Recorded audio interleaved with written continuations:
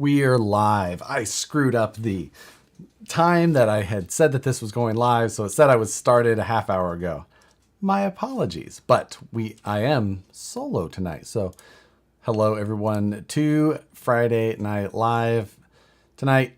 Since I'm solo, mainly just planning on tinkering around. Probably gonna talk about Scale Nationals, my plans for Scale Nationals as far as like trucks and what I'm hoping to build, what I'm hoping I have time to build, all of that. But probably try and get through a lot of questions and just pay attention to that as much as I can while talking about everything else. I have my four-wheel steer capra on the bench here for some reason. I don't remember why I had it here for one of these nights, but regardless, that is the story. I'm gonna adjust the sizing real quick, see where everyone's checking in from. And my keyboard is down here.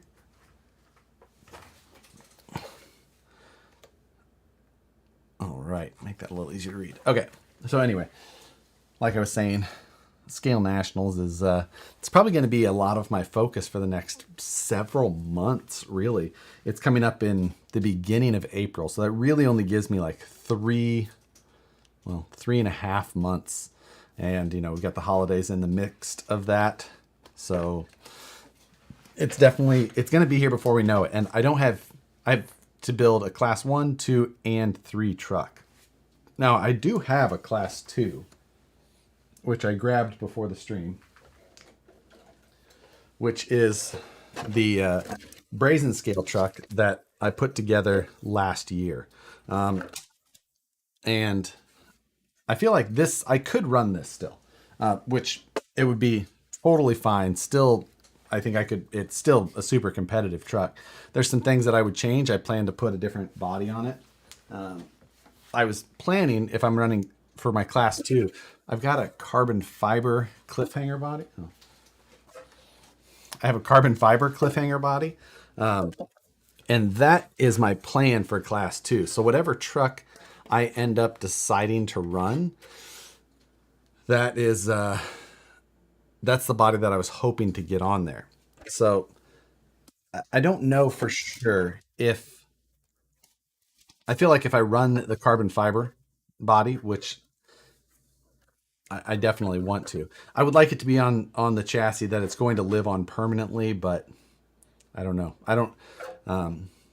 That's a decision to make. But the big thing is, it's like, maybe I should leave this one ready to go and kind of come back to it last, because I could make this work, but my class 1 and class 3 don't exist at all. So it's like, if I've got a class 2 that's close, maybe that should be, I should be somewhat smart and try and keep that in mind. But let me see. What's Ben, Scale Crawler Fab Shop? Are your goals to point out the chassis? Yeah, I do plan to point out all 3 trucks so that I can be as competitive as possible. I do plan to go and be competitive this year. That is my goal. So, and that's not an easy goal because it's nationals. But I would like to go. I'd like to take it somewhat seriously and be competitive. So all the trucks I want to have as close to pointed out as possible. And, that's why, bodies like the hand laid carbon fiber one are in mind, because, get a hard body. It's got an extra cab portion, so I can get 4 seats in there technically. This doesn't have a drop bed, but that is something that I was thinking about doing, is cutting up a very expensive body in order to add a drop bed. So yeah, basic bitch backup. Yes, that is exactly it. This truck it handled really well, but I never got around to getting some of the other things done that I wanted to do. It needs a proper rock slider. It needs a shorter front bumper. And then there was just a number of other little things that, I'm going to change the body, so I'll change out the body mounting system, some of that stuff. But this truck otherwise was super capable. It's a VFD transmission. 21% overdrive there. I've got over or underdrive gears in the rear. I don't think I have overdrive. So it's like 30 some percent overdrive. Holmes Hobby's winch in it, which is a beast. Holmes Hobby's servo, direct power servo. So it's got a ton of power there. It's got a Crawlmaster, what is this one? Crawlmaster Magnum stubby, super high end brushed motor. And the Holmes Hobby's BR Mini ESC, super tiny. Just little things. Lots to this thing for as simple as it is. So that's still one of those. Josh, why don't you finish it up first so it is done? In the done column. I get the idea. It's a logical thought even, but I feel like it's going to take so little time to get this done that I should push it off to the end in case I have enough time to dive into the project that I would really like to, for the end. If I can get my class 1 and 3 done and leave enough time to go full bore on my class 2, then I'll do that. Whereas if I get this done first, I could be wasting time that in the end would leave me short for the other one. Know what I mean? So I feel like if I had a solid 2 days on this truck, I could have it done. And, I don't know.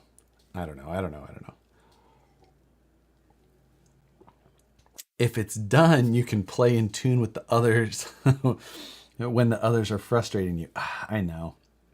It's a tough one. It's just, I have to make a decision. Like, am I going to just roll with this one? It's a perfectly reasonable truck. It doesn't take that much.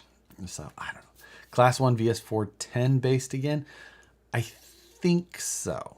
I think that it will be. I am probably going to go that route. The big thing there is that Class 1 is my loftiest goals. I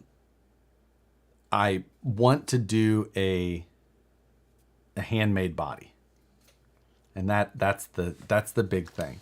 I don't know if, let me see if I still have my Fusion set up here so that I can do it on, ooh, this light is flickering. I wonder if you guys can see that. It's time to replace this light, I think. Hopefully it doesn't actually take a dump on the show.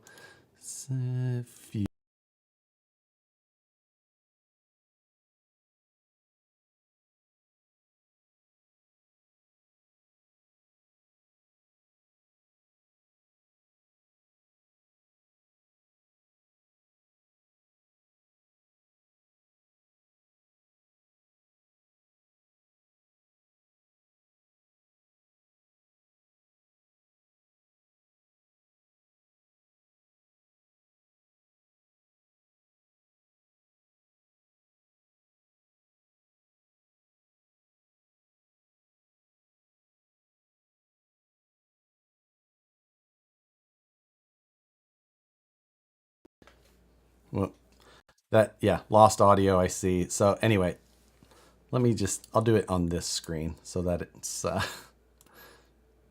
see if that, okay. There we go. How about that?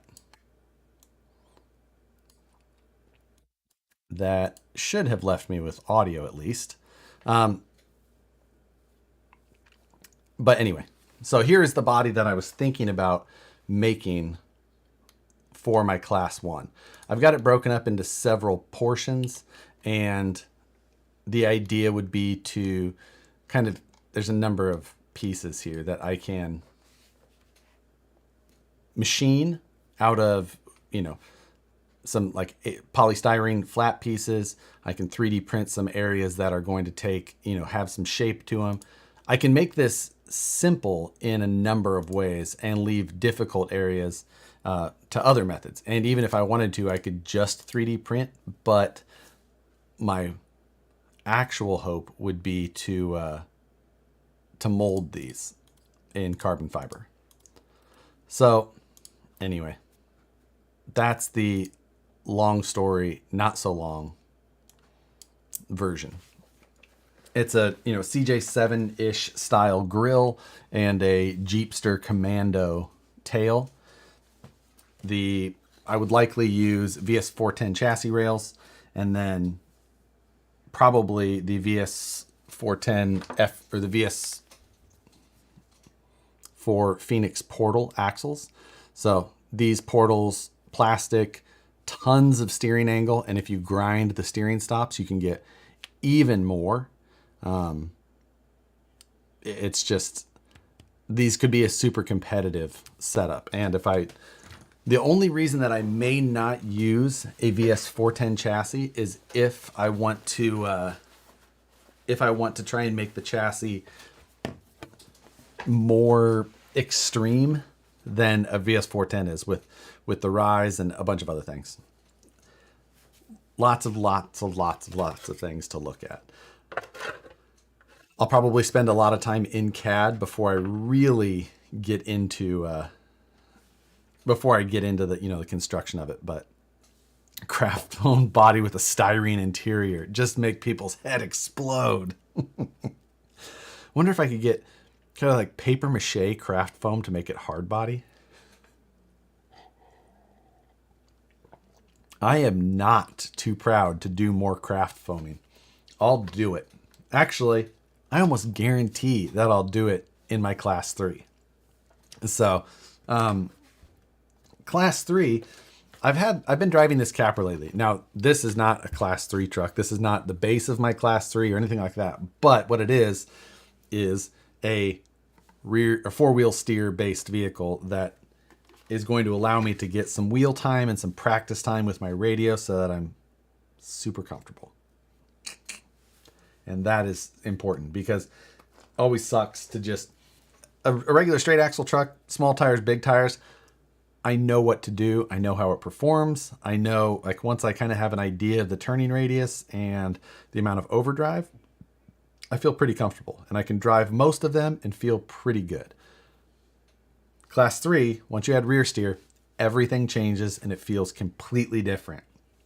So that's why I need some reminder time behind the steering wheel to get the hang of it. So does anyone compete in 1 and 2 with fairly stock built trucks? So yes, you know, you see the full range of trucks in the classes. Especially class 1 and 2, because class 1 and 2, there's more trucks that like right out of the box fit into those. And sometimes people are just like, I want to run courses and compete. I'm not really interested in making super specialized trucks that are less scale just to fit the rules or to be competitive.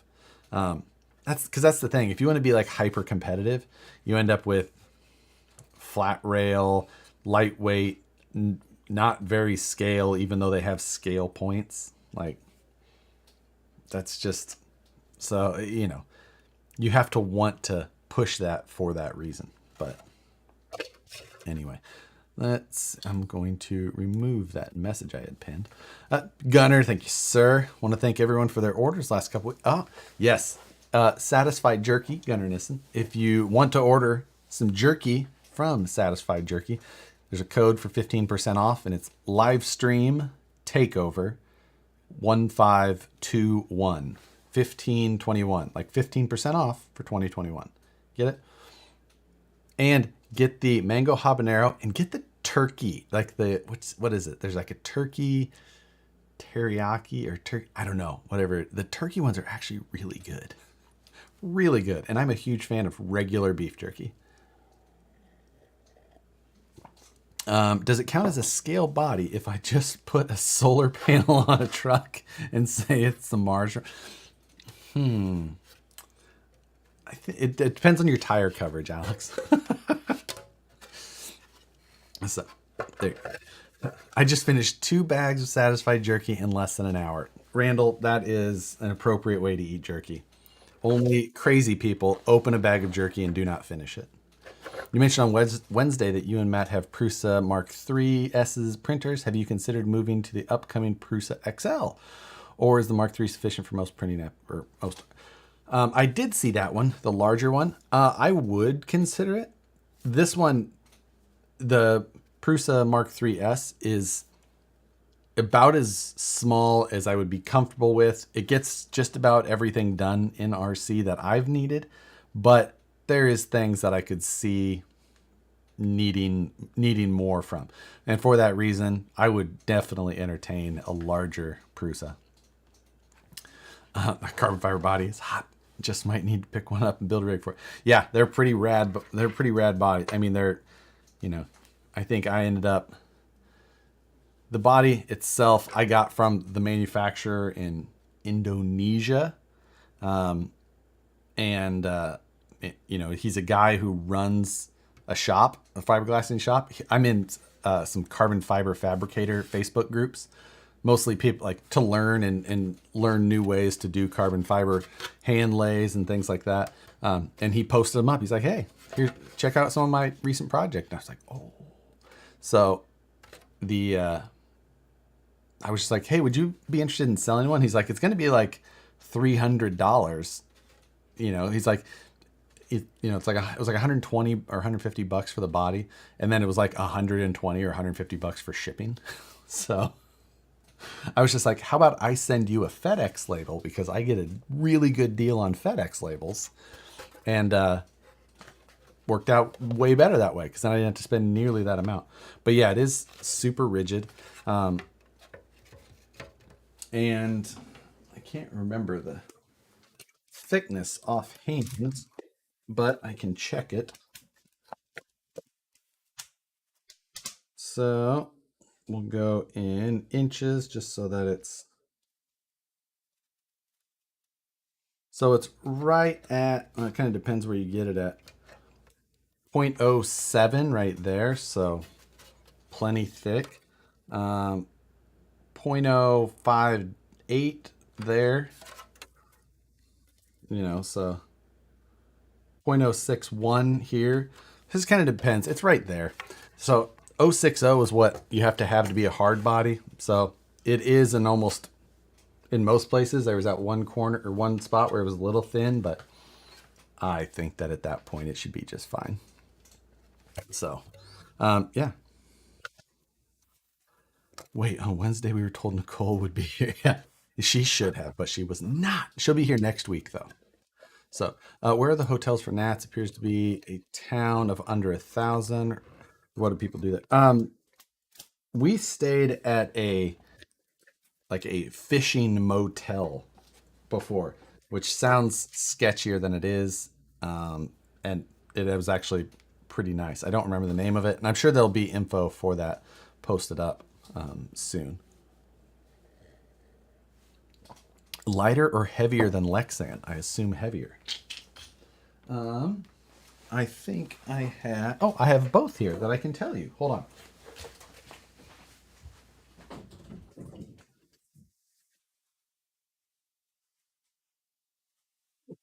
Back. I picked up a scale that'll do finer measurements too. So let's see.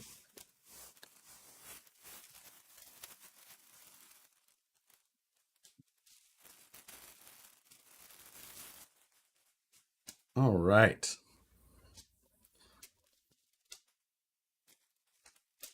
Oof.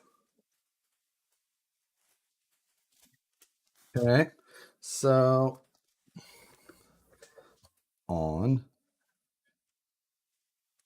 Does the new scale not have batteries? It does not. Son of a. I don't think I have AAA's in here. So I guess I can't answer your question. What would have. Ooh. I thought there was. Do I have some radio that takes AAA's? I don't. All right, well, I can't tell you. I thought I would be able to.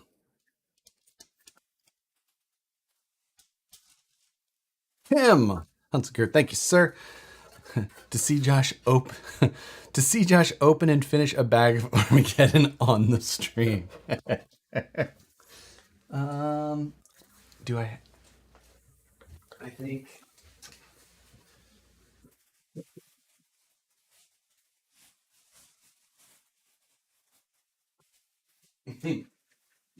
I Armageddon needs to be kept in separate bags so as to not. I don't think that I could finish a bag. I swear this is heavier than normal. Maybe. Ooh, I have my other scale. This is supposed to be a ½ ounce. That's 2.2 ounces. Who is net weight point? Gunner, did you give me bags of Armageddon that were heavier than normal? So it should be 0.5. There's no way that the whole. I'm telling you. I swear he overstuffed a bag. There's like a quarter size. There's no way I could eat it. Oh my God. As soon as it touches your mouth.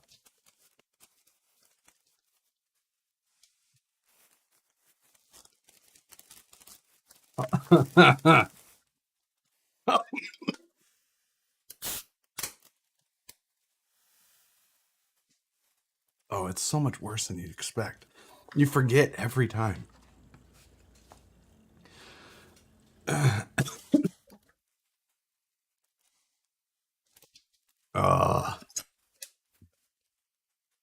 Well, that's a bad.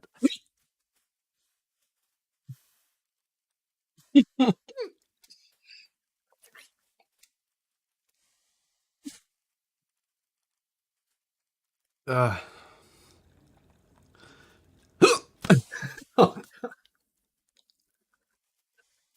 uh,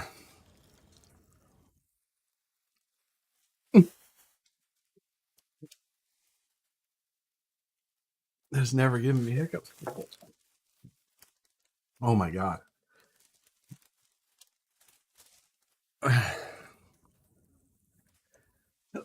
Oh.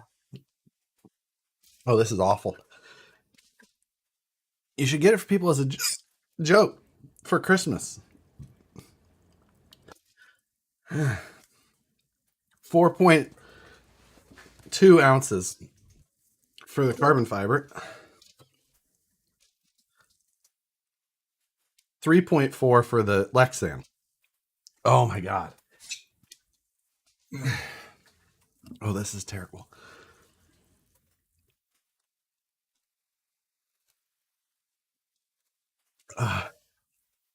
If you'd like to experience this as well, here's a coupon code.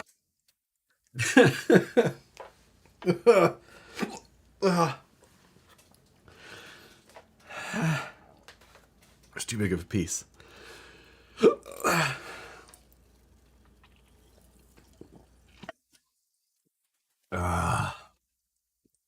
I know I'm trying not to rub my eyes. Oh my God.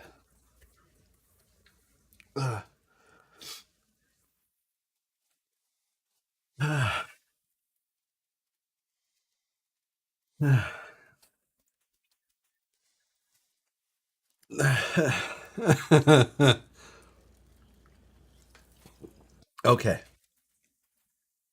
I'm gonna live. Oh my God. That one hit me hard.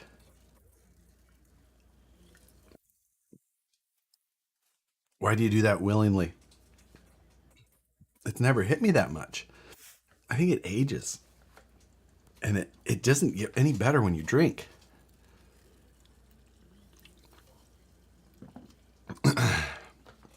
Oh my God. I'm crying. Like, I'm actually crying. Get some milk or have a slice of bread. Problem with that, Nicole and I don't drink milk anymore, and we don't keep bread in the house. Oh my God.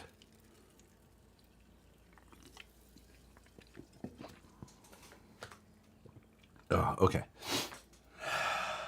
It's going down. Oh, I've never had it like that before. Here's another class 2 based truck, basically. Jesus Christ.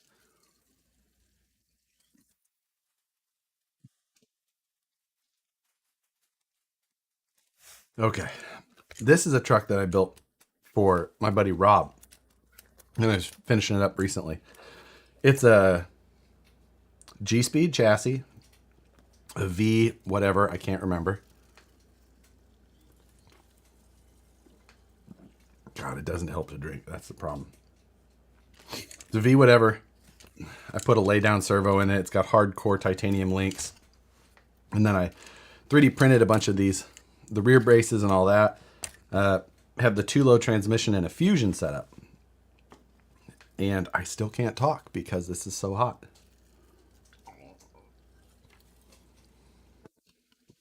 So,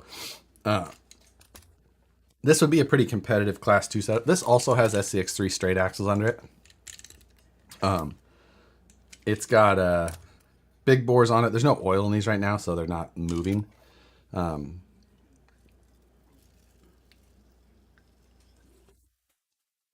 going to have... Oh, I know what I'm going to ask Nicole to do right now. She's in the other room. She's just not in here. I'm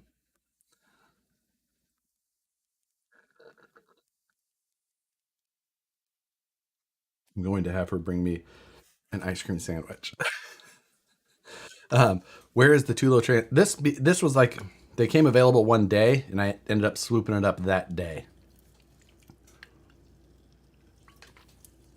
What body's being put on it? Another cliffhanger. Moose Jaw painted a cliffhanger body for this, actually. And basically, the only thing left to do on this truck is build body mounts for it. And then I can send it to... Oh, and I've got to get the spur gear mounted up, but that's about it.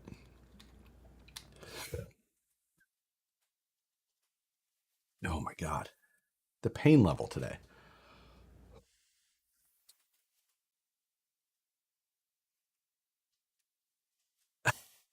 I asked Nicole, I said, bring me an ice cream sandwich, please. And she says, on camera? Is this a fetish thing or something? Please. Oh, man. Sorry. Trying not to touch my fate. Brian Sherwood, thank you, sir. Is the Phoenix body legal for class 2? Yeah, it should be legal for... Oh, my Phoenix is at the office. Just tuned in. What the hell did you eat? I ate Armageddon jerky from Satisfied Jerky. Too big of a piece. And it just set me on fire. Mom, the meatloaf! But yeah, Brian, a Phoenix body would definitely be legal. I eat jerky. The hiccups? Yeah. I ate a piece of Gunner's hot jerky. I know. Oh, sorry. I never eat on camera. It bothers me, but, well, other than jerky. That helps.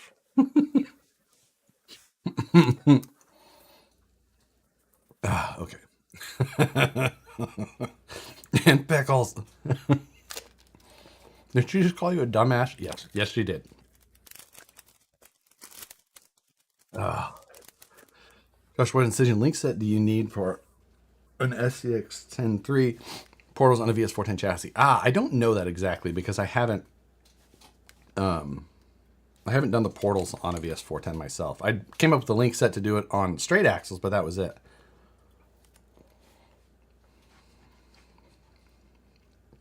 Let's see.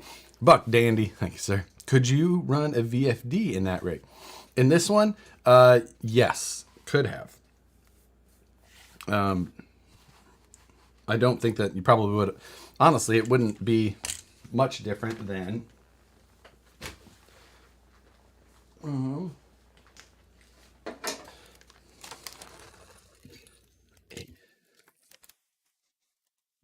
this. Oh, so I think well, I say yes, but I've got the Brazen scale here. Let me just move that down. Brazen scale here with a VFD in it, but that's because the side bolt pattern uses SCX bolt pattern, where this one does not. So it's a possibility to like possibly drill and put some screws into that VFD. That would be the hard part to decide for sure, but that's what I would have to check. But the Brazen I was able to drop a VFD right into without any problem. So, and I really liked this truck. The only reason I would not run this truck in class 2 is if I decide I have time when I can design and cut my own chassis.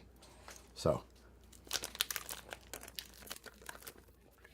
the G-Speed V3 has a 10-2 bolt pattern. There you go. So the V3. This one I don't think does. Unless it's just behind this. But I don't think that it is.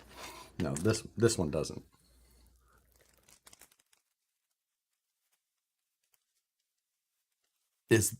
When the fuck did we get ice cream? Great. What was that? The ringer?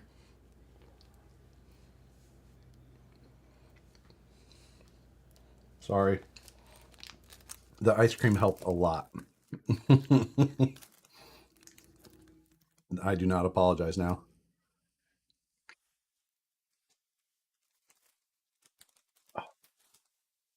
I'm so much more comfortable already. VFD stands for Vanquish Forward Design. Josh really enjoyed CCX's podcast. Watched it the other day. It was really interesting. Yeah, I had a fun time on that. Did that last weekend. I think it went up Monday or something like that. Did you bring enough for everyone? The teacher in Moose Jaw comes out.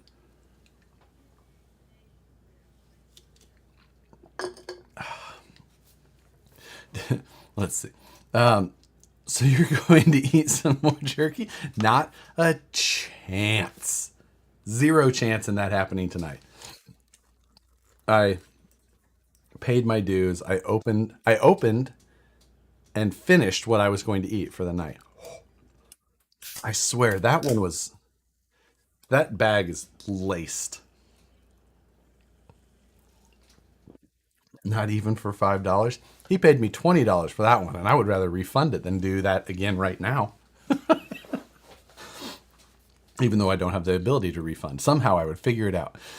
Regarding comp batteries, is it better to run a smaller, lighter battery that just gets you through the course, or a heavier, low-slung, high milliamp battery? What's the best balance? Small size would be my answer, as far as my opinion goes. Small size, tucked away, down and low. Like you can see right here. Do I have a comp pack here? Oh, I do. So this is a 1300 milliamp 4S pack, like I run, or this 3S. This is a 3S pack. I can't remember if I ran this truck on 3S or 4S. For some reason I was thinking I ran it on 3S. But like this battery here would be what I would run. Now 1300 milliamps is way more than enough to get you through 1 or 2 courses easily. But minimal weight, minimal size, that way you can still get all of your interior points and all of that. But there is a difference in between balancing where the battery goes. I am probably more along, I would rather have the battery low than I would as far forward as possible. It's a balance, but if it's the difference between having it here on the side as low as possible, or having it all the way in the very front, but like on top of a servo, I'm going with the side mount. Now, with how high some of these chassis are, even next to a servo can be a little high. So that's why here on the side, all the way at the skid plate level, is where I chose to run it. I've got a little carbon fiber battery tray that I designed and CNC'd. You can see right here. And it bolts onto the, you can see the 2 screws right there. Those are the 2 screws that mount the VFD to the case. So all lined up, just down. So quick and easy little setup, and the battery fit right between the features and the rails, and it made it super nice. So low milliamp would be my suggestion as far as that goes. I'll give Josh $5, put the whole bag in his mouth at once. Just the bag? I'm not doing it with the jerky. Gigawatt RC, thank you, sir. Random question. Possible to modify STL files? I'm using Fusion 360 free version. Example, making an SCX24 bumper clear my servo. Yes, it is. Now, they have added some features where you can bring in an STL file, but then you're going to have to convert that file to a solid. And I believe in Fusion 360, it is convert to BREP, B-R-E-P, and that will make it a solid from your file. You can modify that solid then, and then re-export as an STL. So it is possible with what you have got there. Blind Guy RC, thanks for checking in. Thank you, sir. Got some chocolate in your tea. Do I? Much appreciated.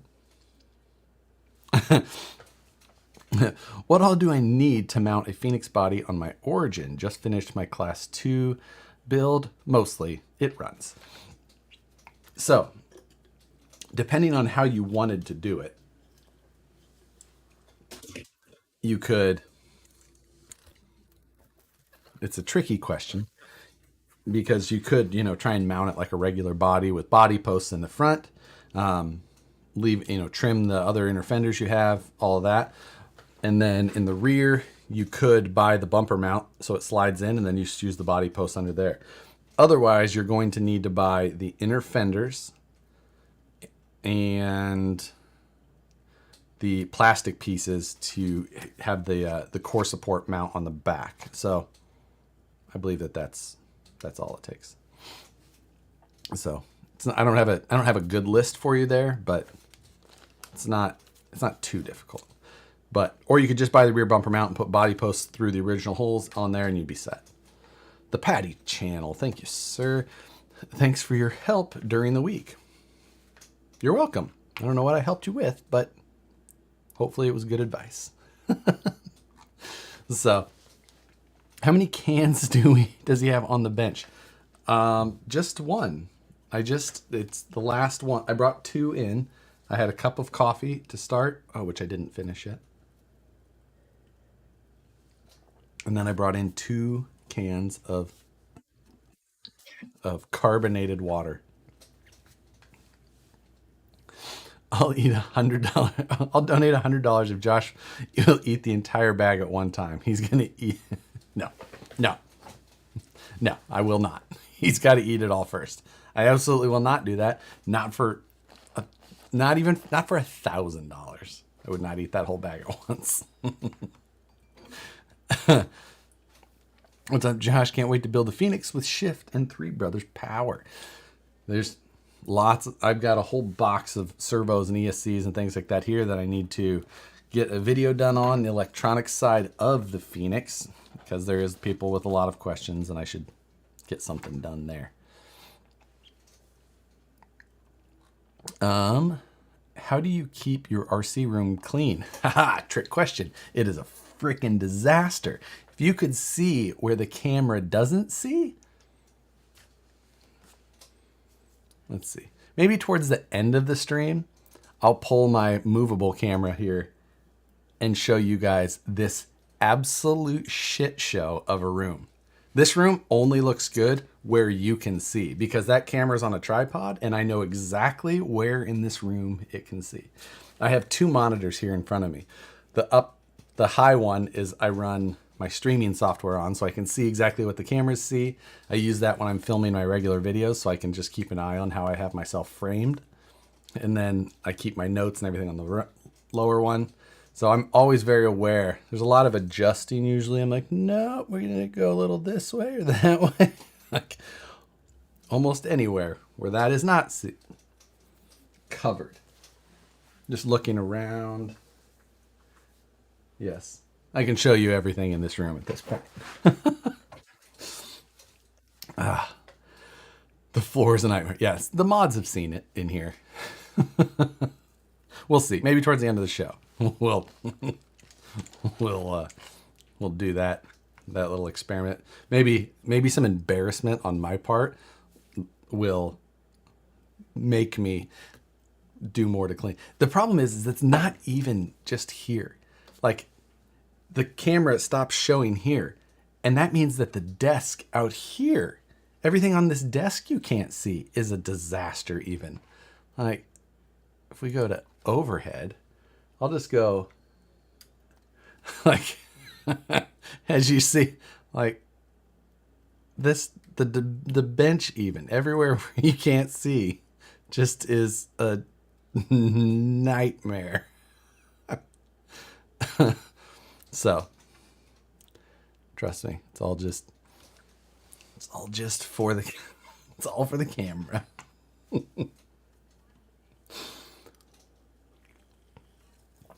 So let's see. Working on VS410 Ultra that I just got. Hate to see the black axles get messed up when I start crawling. Can I get axle and center chassis stainless skids somewhere? No, but don't worry about it. Just go out and use it. You don't want skid plates. Those things, they just hang up more. They don't. Just run it. Just use it and just embrace the scratches. Like it's freaking worth. Like it's a badge of honor. Just get them out there and destroy stuff. What's the worst that could happen? Like it's just gonna look like you use your truck, and that's good. Use it. I don't have my VS410 Pro in here, but my Pro is smooth with how completely destroyed those axles are. And I mean, it's like I could put new axles on it. I have the access to them. It's not like that's a secret to anybody. I have zero interest in that. I want them to look just beat up. Any illegal substances? Not in the room. Nope. Or not. I don't think I have illegal substances in the house. It's California, so most stuff, some other things are legal, but I live in 900 square feet and can't find room for everything. I don't live in much more square footage than that. So this is California. We don't have room for big houses. There's a method to my workbench madness. Oh, there's a method as well. Keep it out of view. Make sure that the video looks good. Put everything else low. But the one thing is that, no, there's no excuses for what I've got going on here. This is a freaking disaster, and it just is. I do know, I did, while sitting here, I realized that I had some parts on the bench here for the dig in that buggy that I bought.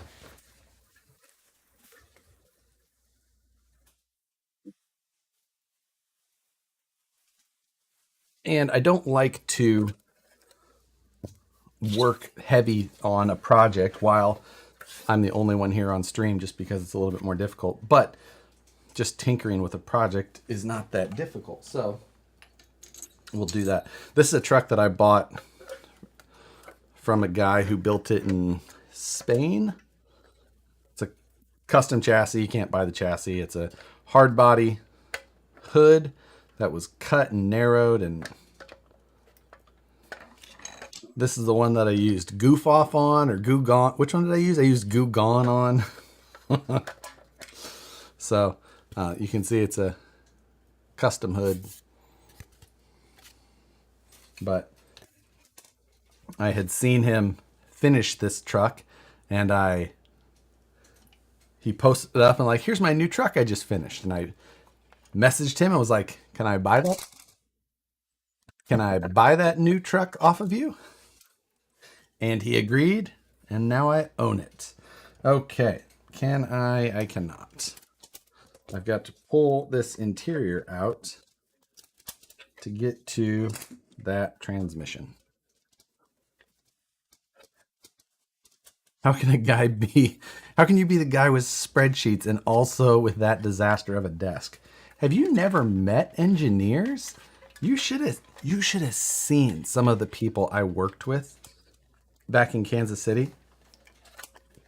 There was there was one guy I worked with named I'm not going to say his name. It would be easily found. But his name was Jim anyway.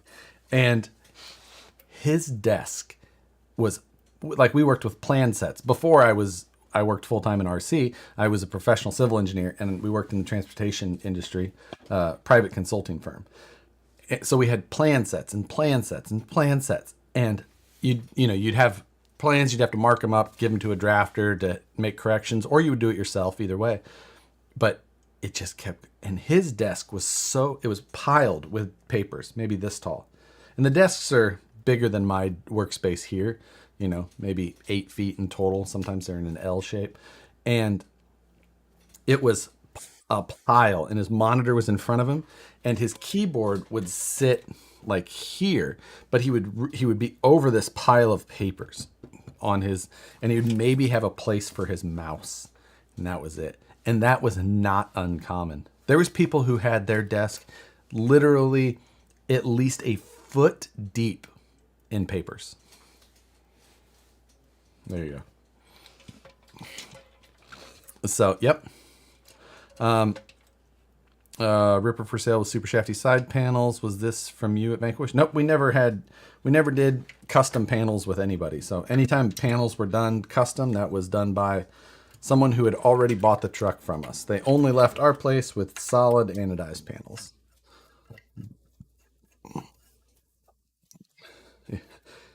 Yes, engineers have enough parts in their cube to build a machine. It was a disaster. Stacks of drawings and ECMs. You should have engineered it correctly the first time. Jesse, I would work on projects for 2 or more years at a time. It would take so long. All right, now I've got to get that dig servo linkage disconnected. Right. Arthur Eastridge, thank you for the donation. Would a Phoenix hang up less than an Ultra because of the axle housings? I've stayed away from metal because I'm worried they would grab rocks more. There's always that perception that aluminum will grab rocks more, and some aluminum is definitely more grabby. Our aluminum that we machine axle housings on is really hard, and I've crawled on mine for a lot of years without any real concerns with that. I think that for me, it's more of to keep things lightweight. I like the plastic. There's always that. And the one thing I would say is the Phoenix does have more steering throw. So I think that would be the big bonus. It'd be the amount of steering angle.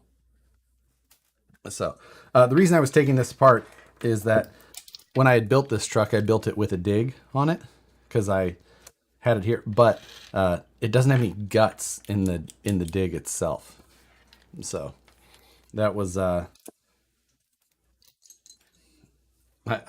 put it together. Oh, I had to steal the guts out of this dig when we were initially testing the Phoenix transmission like a year and something ago. So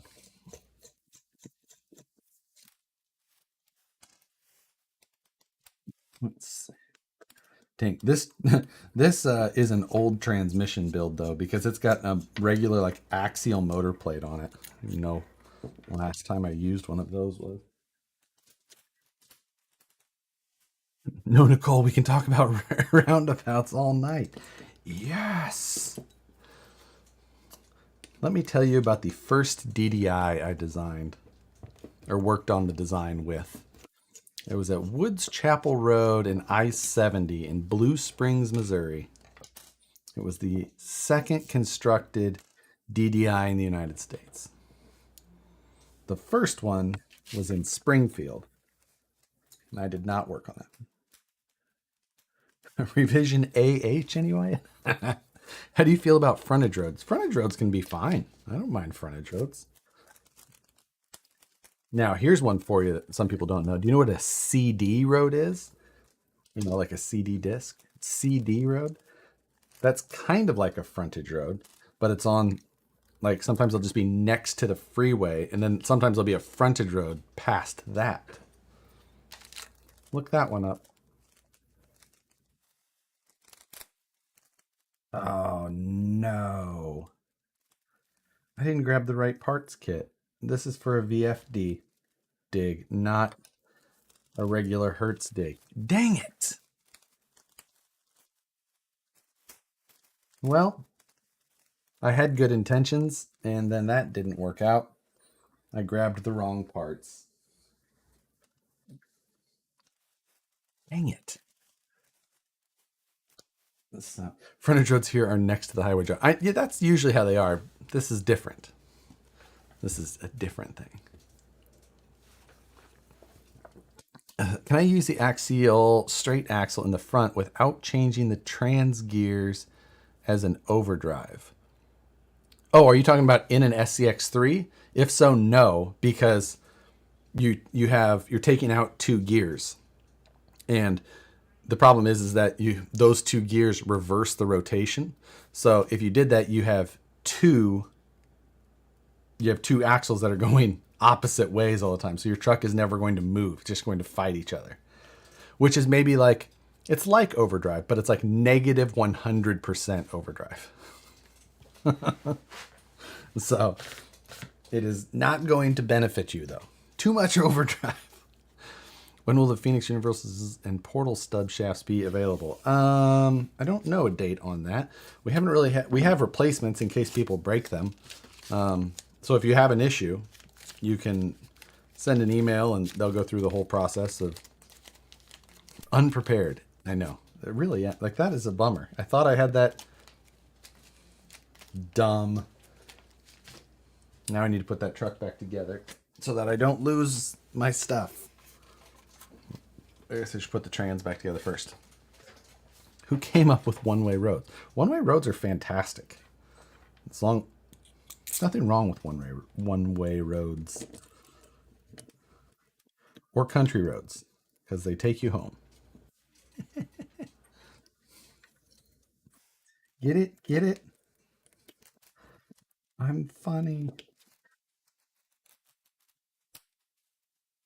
Okay.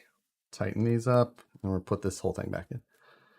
Is the Phoenix body made overseas? Yeah, we don't have thermoplastic stuff. Any other custom trucks you can work on? I don't know. Probably grab the wrong parts for them too. Let's see. All right.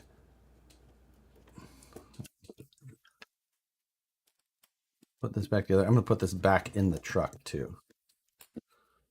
This was a truck I was really happy to buy. I should finish it so that I actually use it, but who knows if that's going to happen. Otherwise, I'll just sell it again. I'm just going to work on cleaning that floor. Yeah, I agree. We discussed that. I may shame myself at the end of this stream by showing the floor.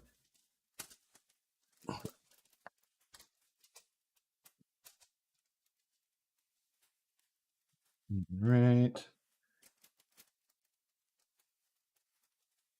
You could always fix the send since it's now illegal in North Carolina. Never. I'm an outlaw, just like it.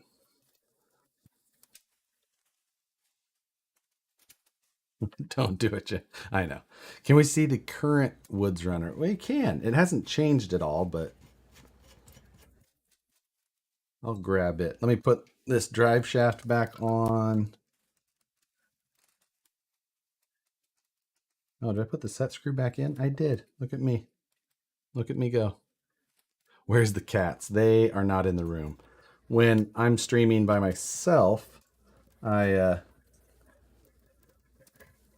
keep the door closed because Nicole is probably watching TV. Hold please. Let me get this. I think one of the cats just hit the door. Who are some decent cage builders? Man, that's a tough one. Finding a decent cage builder who has availability or is willing to take the work is the hard part. So I usually don't have a lot of suggestions on cage builders because if they have availability, I've usually tried to insert myself into their list. I have like 3 or 4 people right now that I've been like, put me on your list. Put me on your list for one of your next cages. Let me know when you're ready. Can you give me one of those for Christmas? I could in exchange for several $1,000s.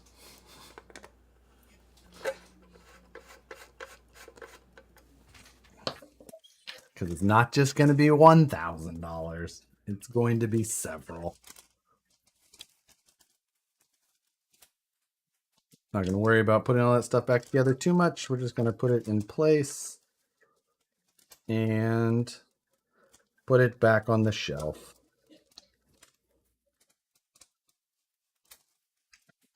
Seats in place.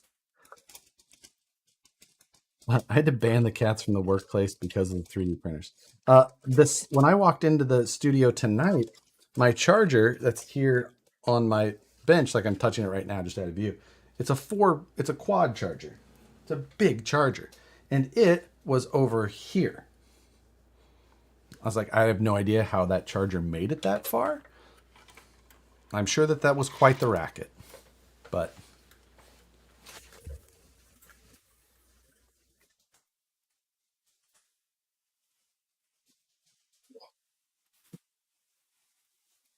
So here is the current Woods runner. This one, the chassis work was done by the same person that did the last Woods runner, DS Fabworks.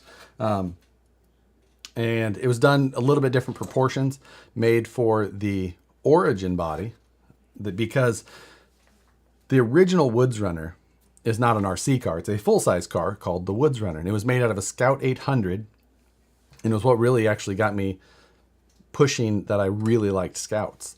And what made me like Scouts the first time. And it had some very specific body lines, like this rear up, and then it had this rear hoop with these divider bars, and I really liked all of those lines. A lot of this style in general just all came from that truck. Anyway, so this same Scout 800-ish bodywork, but this one's been narrowed. So compared to a normal VS4 body, which do I have one? I do.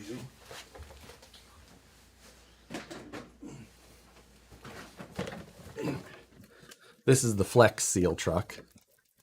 But you can see that in comparison, the two, like this one's about an inch narrower than this.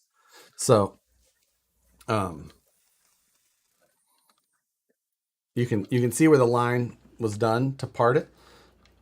You know, it's obviously not perfect because it's Lexan, so you're not going to ever make it perfect, but it looks really good. Could you make a Woods runner using VS4 rails? This is. So this is a VS410 chassis underneath. Front to back, VS410 the whole way. VS410 Pro axles. This is basically a VS410 Pro. It's got a VFD transmission in it. VS410 rails. So, yes, of course. And this one is the truck that, at this time, this is the truck that I do not plan to sell. It would be For this truck to leave me right now would be a number that nobody would pay. So even in its current unfinished condition, just like you see it here. So I haven't been in any rush to really work on it. I just want to just slowly work on it and get it finished and have a lot of fun with this build. So like I said, no hurry. Plans, we'll just keep going, and I even have some plans or some goals with the body. Maybe they'll happen. We'll see. So Ripper money cost. Yeah, basically. Yeah. Like 5K. Like, I'd rather not. Like, I'd just keep it. Like, one day maybe it'll be worth 5K when it's done. Maybe it won't. But I have no interest in selling it for that right now. So, it's just, yeah. Hey, Francesco. Ciao. Any ETA and availability of VP straight offset axle housings? Thanks for reply. Straight offset axle housings. You mean like the D44 and things like that? I don't really have a date on any of that right now, but I know what you mean. So, $21 final offer. So, Jerry Volpini, thank you for the donation. Much appreciated. Josh, I'm working on my own build right now and paying you a couple thousand to do it for me is not sounding so bad.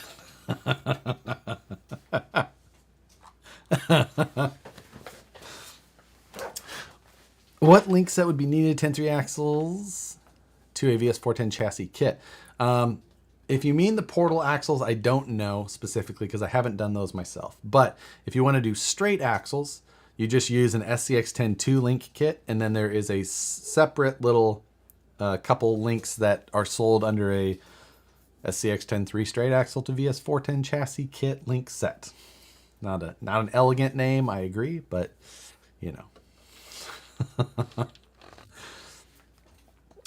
there's a price for everything. There is a price for everything. Not denying that. This is just not a price that I think anybody would want to pay. Trade you a dog. No, never mind. I like that dog a lot. When is the Flex Seal going to be up for sale? Probably around the first of the year. I think that it'll be time for the Flex Seal truck to leave. I have a few other things that I just want to make sure are gone and on the way out. And then this one is on that block as well. The Flex Seal. I'll bring this back up in a second to stare at it some more because I like staring at that truck. But for those of you does anybody in here not know the story or the story of the Flex Seal truck? Because it's a pretty good. Where's the boat motor? I know. You know what? I'm not mad that my boat motor order didn't go through, but Gunner, Folsom tomorrow. Text me after the stream and I'll let you know what my hang up is on deciding what will happen there. Flexi will never leave. So when was that? It was like June of 2020, something around there, whatever it was. I was getting on an airplane. This was like the middle of like COVID was raging. And I had to go pick up our new kitten from Phoenix, Arizona. And, was it our second one? No, it was the second. Yeah, because it was like, May or June or something like that. And it was to get Chief. And I was getting on a plane and still COVID was going and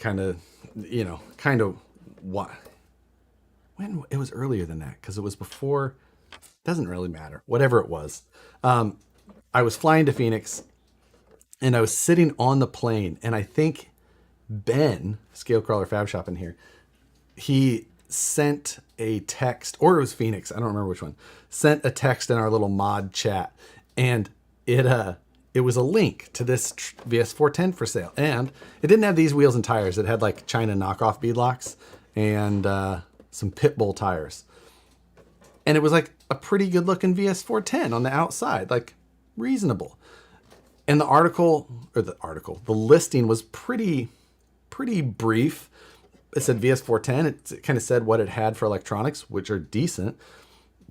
And then the end of it said, axles have been flex sealed. And it was just like, I was like, Ben obviously knew that it was an odd article. Or, God, why do I keep saying article? Listing. So I looked at it, and I'm trying to message this guy like quickly while I'm in the plane, but not taking off yet. And got it like back and forth with him, messaging, and paid him $500 over PayPal with just almost no information, hardly any like back and forth. And I PayPal'd him $500. And then I took off on the plane. And when I was getting to Phoenix, the plan was that Phoenix, RC Crawler in here, and Ben were going to pick me up at the airport, and we were going to go have breakfast and Bloody Marys while I was picking up Chief. And Phoenix then was like, okay, he went to go pick this truck up from the guy so that he could, so that I could get it or whatever. And when I got it, I saw like for an instant outside of Phoenix's car in Arizona. And I was just like, I don't even want to see it anymore. I don't want to see it. Put it in a box and I'll give you a label to ship it to me and then I'll open it on stream. And I got it. And it was the absolute most hacked together VS410 I'd ever seen. So the body on the outside looks pretty decent until you really look at it. And then you'll see like somehow the stripes swirled and ran. And then look at the bed. It's got like light and weird overspray or reaction. And if you look at the underside, you can see that it's like, I don't know if it was painted in the freezer or in the sun. Like, I don't know what way caused this paint to do these things. But that was like, that's a non-issue compared to what had happened underneath of this. Underneath of this thing, it had a Hobby Wing axe system, which is still in here. Had a ProTech 370 TBL, which is a solid, servo. But the soldering job that was on this thing was borderline malicious. I mean, it was wild. And then it just kept going. Like the amount of things that were completely foobarred was wild. But the highlight was the axles, because the axles indeed were flex sealed, straight up as seen on TV. This will fix anything. But what we kind of uncovered as we had gone was that someone else had these axles were black when they started, black anodized. And they had obviously been ran and scratched a decent amount. And someone, I think, thought that they could file them down to get rid of the scratches. But then they realized that they had like smoothed the axle in an odd way. So then they decided to flex seal the axles. And at the same time, I discovered a bunch of a few stripped holes in the housings. And it was just one thing after another of finding absolute disasters. My favorite was the hole drilled in the transmission. I don't even remember that.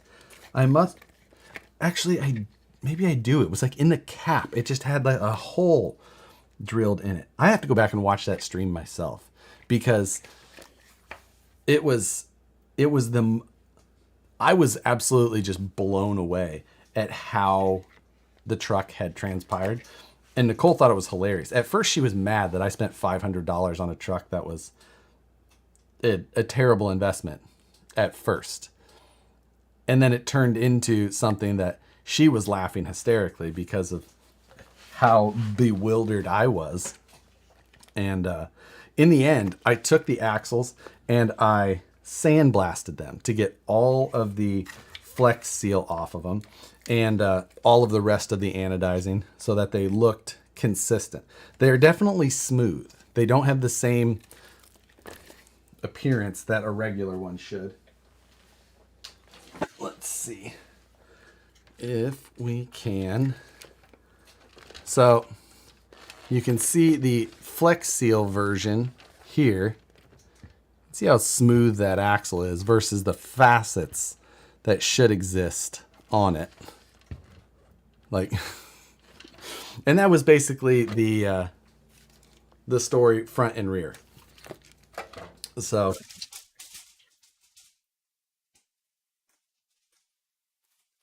I spent a good bit of time cleaning the rest of it up.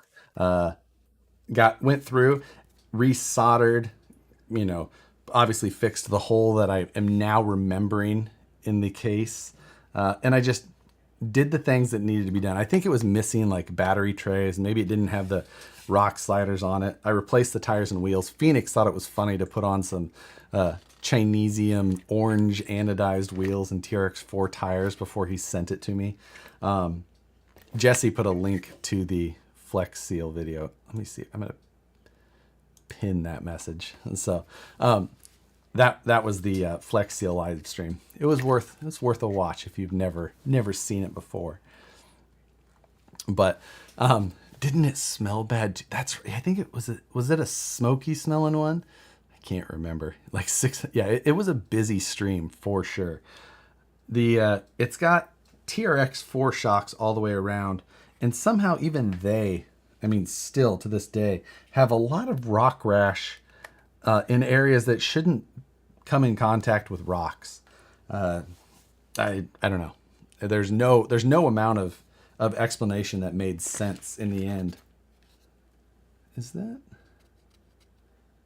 No way.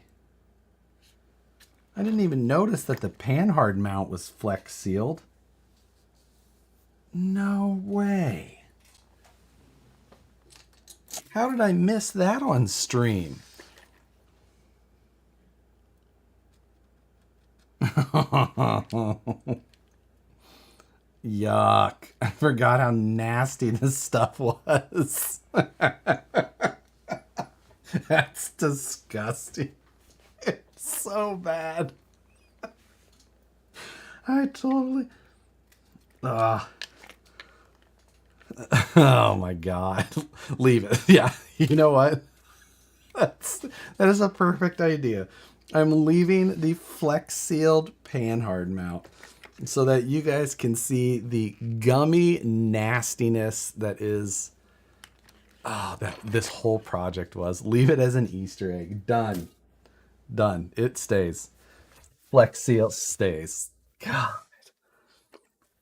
Never ceases to amaze me.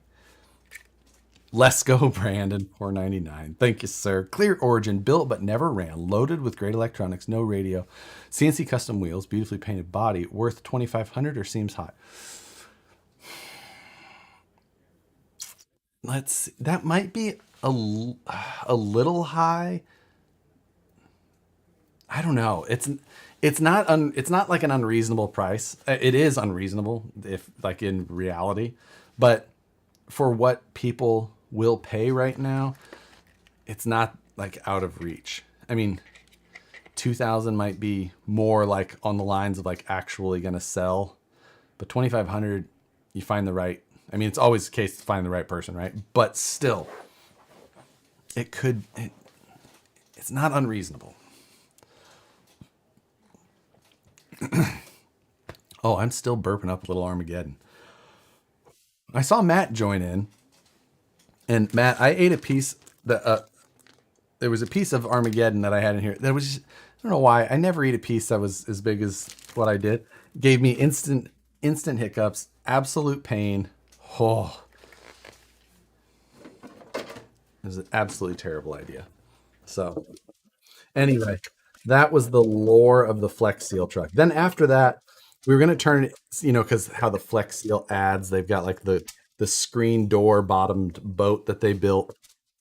So it was kind of an idea to cross the toy Boda from Top Gear and the Flex Seal boat idea and put some RC outboard motors on this.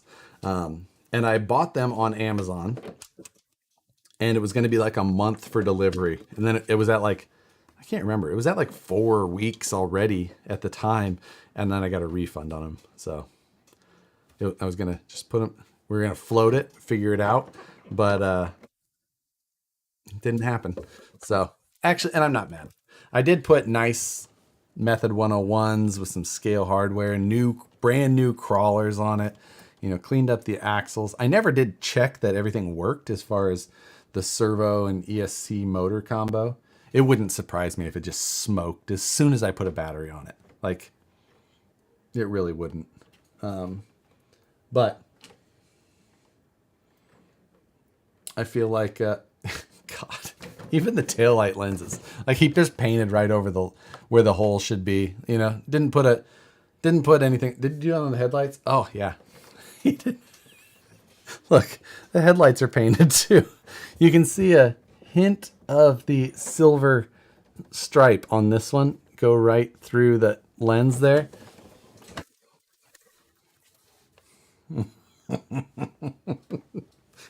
Mask to these windows, that was it. That was the limit. I mean, I can at least put the masking on. I'm not saying that my masking will not bleed because of the heavy amounts of paint that I use at one time, but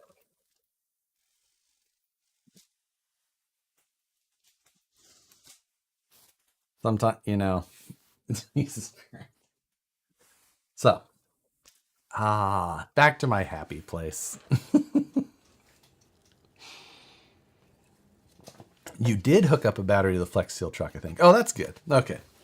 I definitely don't remember. There was so much. But the black at least looks good. The black does. Like, that's the thing. That truck is I don't know. It's like a 5-footer. Like from 5 foot away, you're like, it's a fine looking truck. You just got to start like, oh. Did you get your old time RC portals? I do. I have them on a deadbolt here. It's hard to show, but my little portal deadbolt. I haven't put any parts on this thing yet. I should, but I haven't. Need to get that thing. Need to get that thing built up. Offshore Electrics in Boston, MA, have the RC boat motors in stock. I get all my boat supplies there. Man, I know. Listen, I don't have any time for that ridiculous project until after Scale Nationals. I've got so much work to get done before Scale Nationals. That has to be my focus for the next 3.5 months. So, what kind of winch line do you recommend? Ooh, I don't know specifically. Recently, I was running some line that was given to me by Team Garage Hack.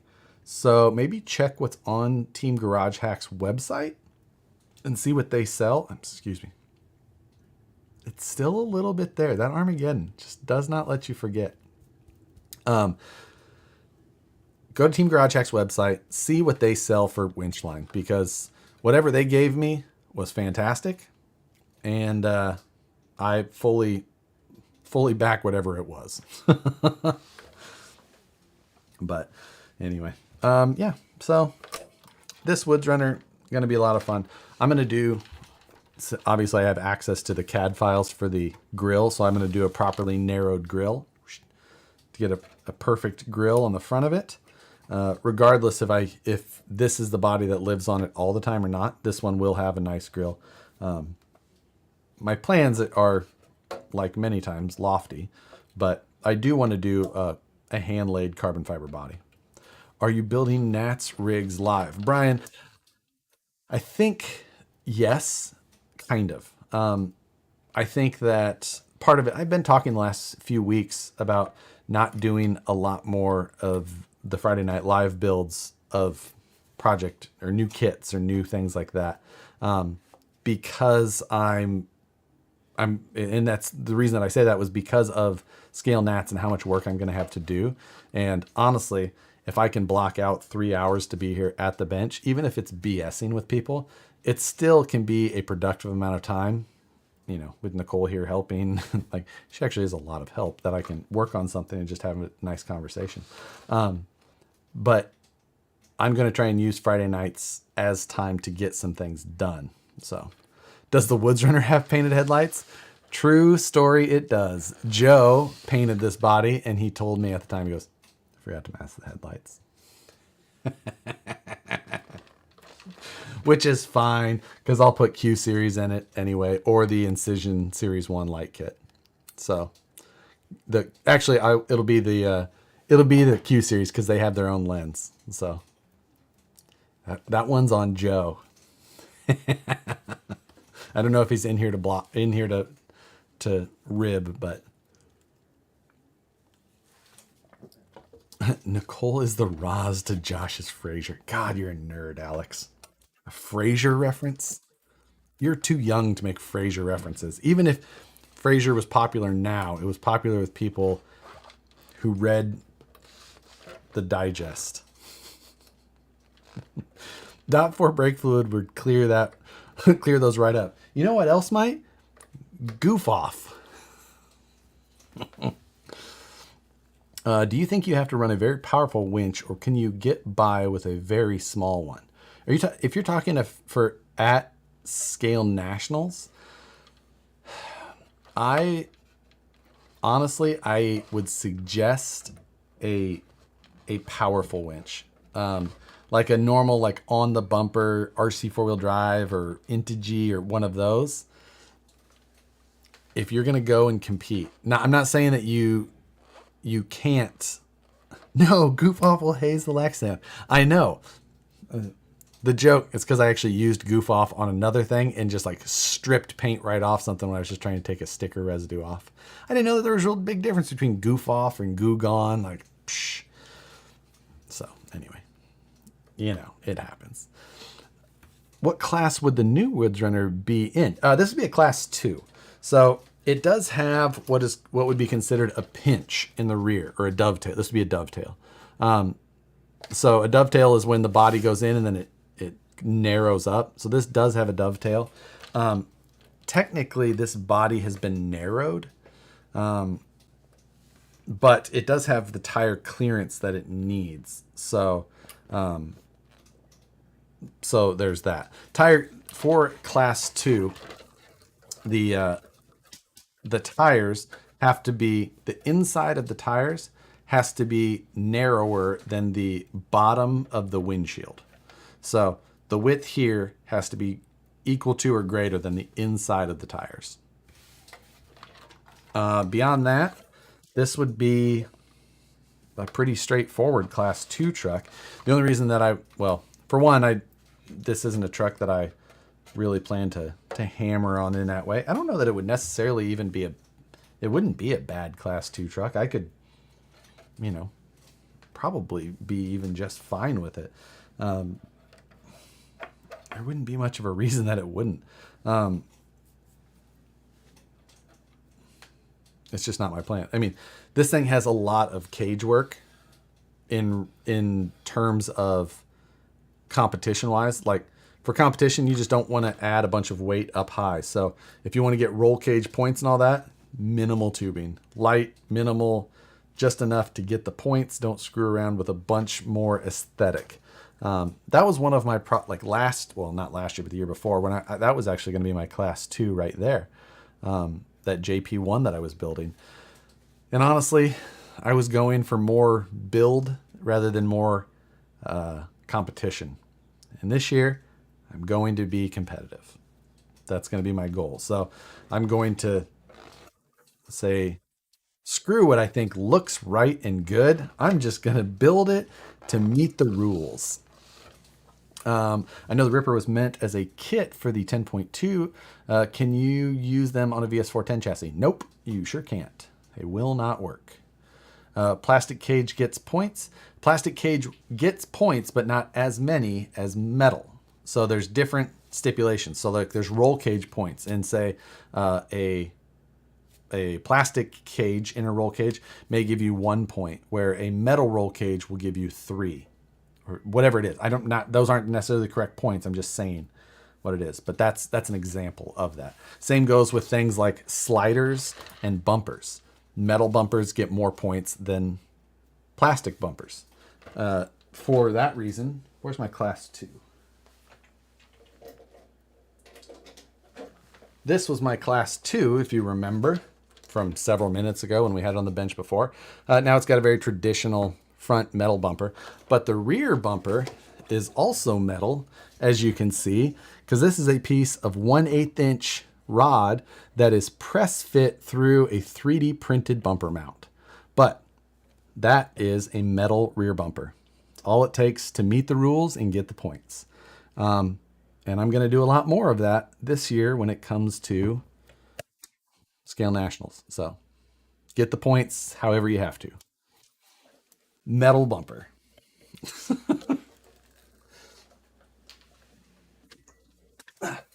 So, I know I'm missing comments and things like that. I want Harley's job. He gets paid to develop, build, and play with RC cars. That is true, but you also have to deal with all of the rest of the things that go along with it.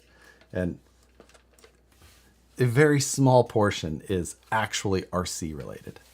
Most of my day-to-day is dealing with machine shop things like machine issues or tooling or material ordering, or EPA laws, people not showing up to work or not doing their job well or having an issue with another employee.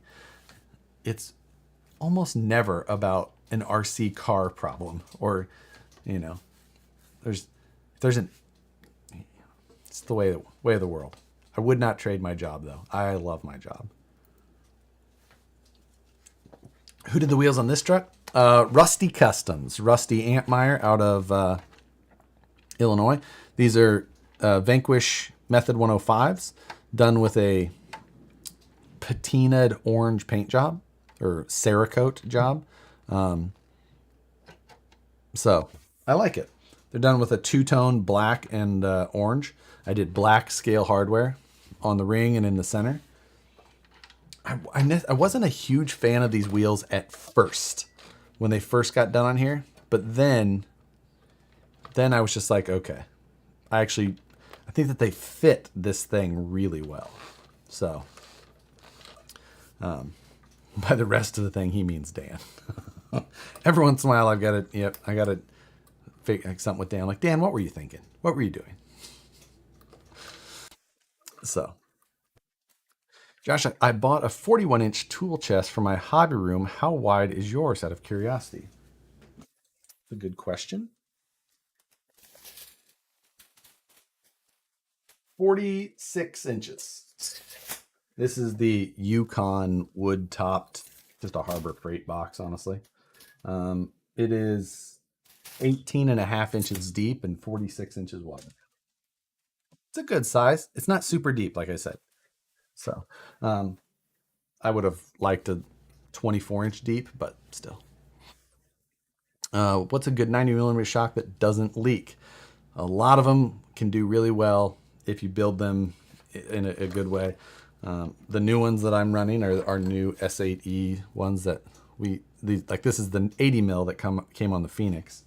But we also will have them in a 90mm, which I built here on my Capra. So I really like these shocks. These are the new ones that I'll be running a lot of.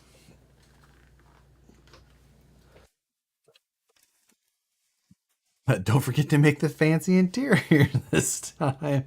You know what? I think I should do that at the event again. Let's see. How many are you in Vanquish headquarters? Total of us? Man, I don't know. There's not that many. I mean, we're not a huge place. So, yeah, I don't know. Total people, all operators and packaging people and everything, maybe 20-ish, something like that. So, not very big. Let's see. 74 inches. Phoenix, you actually work for a living though. This is inside of my house. This is for YouTube videos. I hope Vanquish recognizes how much you bring to the brand while remaining unbiased via YouTube. See, thank you. What chassis could you use to build a long travel trophy truck? Straight axle, rear, and IRS front. I mean, without just getting a UDR chassis or something like that, you know, you could do custom, or it's a really hard one. It's just such a, you know, they have to do well. They have to be built in such a way that it's like, I don't know. It's definitely not my area, my forte. You know, so I don't really have a great answer for you on that unless you just go totally custom, blah, blah, you know, whatnot. Will Steve or other Vanquish people be going to Nats? I doubt it. It'll probably just be me.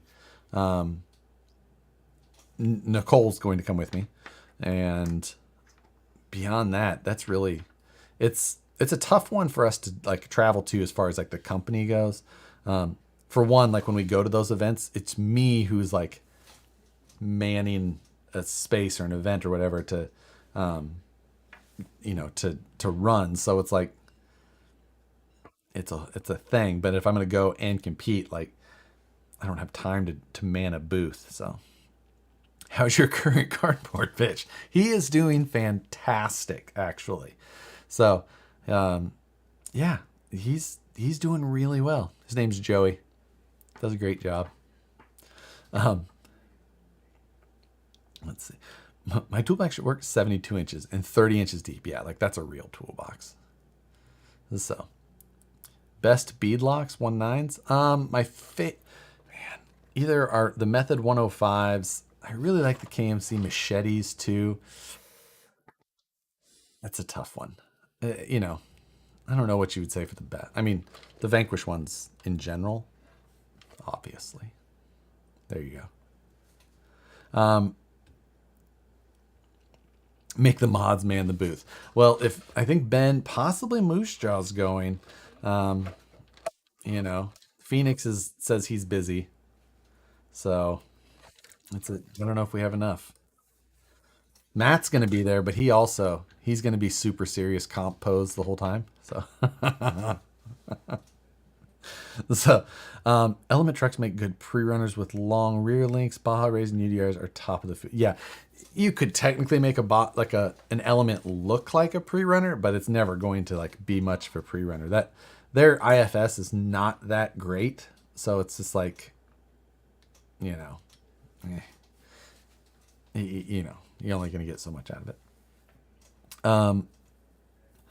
Let's see, what class truck with a VS410 Phoenix fit into? It would be a class 2. However, for like actual Sorca, you can't run a dig, so you can't use that feature.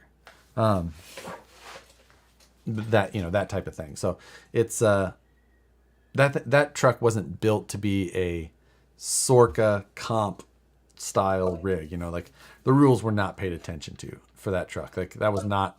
Most people will never comp. The rules are not made to be, you know, beneficial to that type of thing. So there was, you know, even though like we know the comp rules, we're not interested in trying to make things to those rules. Like just do not care whatsoever. So, you know, it's one of those things. Even though I enjoy competition, I have zero interest in making sure that things fit inside of that box. So, let's see. Will Vanquish bring white beadlocks out? No. Our products are anodized, and you can't anodize white. You have to paint it of some sort. So you can get clear, which is an aluminum color, but not white. White would have to be paint or something like that, so you'd have to have it done by somebody else. So yeah. What's the best pinion gear size you would recommend with a Capra 2850? In my Phoenix, I went 13. Should I go with the stock 15 for more whipped wheel speed? I assume you mean.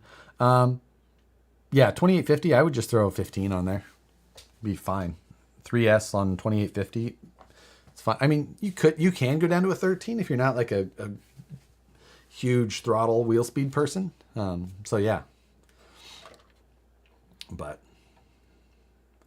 pinions are they're an easy swap, and they're not like a huge deal. Like, you're gonna be fine. So try it. Can you paint over anodized? Yes, yeah, you can. You can scuff it if you'd like, but you know, that's if you want white wheels, make friends with someone who can Cerakote. That is true.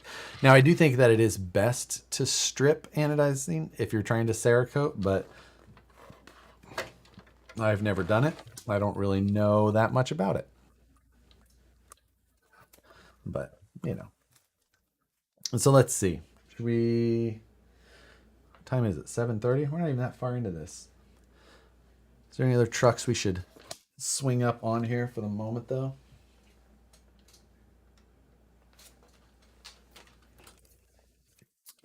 Plastid. What is a plastid?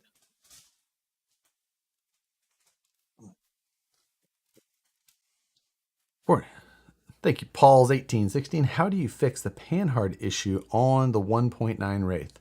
It's a good question. BPC has a aluminum mount that bolts into place on the top side, and then it comes over and braces that servo. And that is the best one that I have seen yet. I wish that I knew exactly everywhere that sold it, though. I think you can go to, is it BPC Custom Chassis or BPC Chassis or bpchassis.com?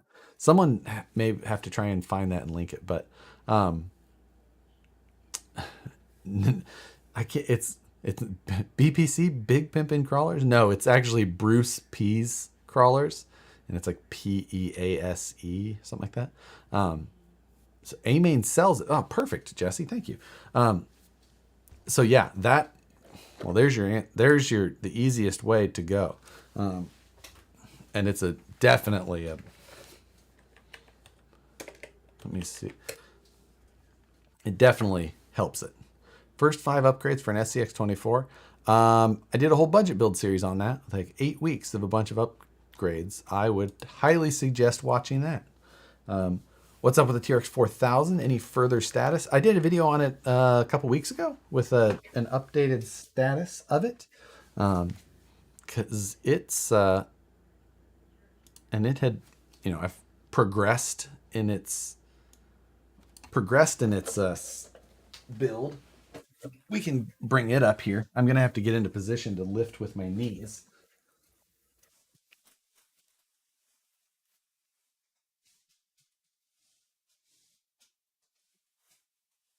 Let's see.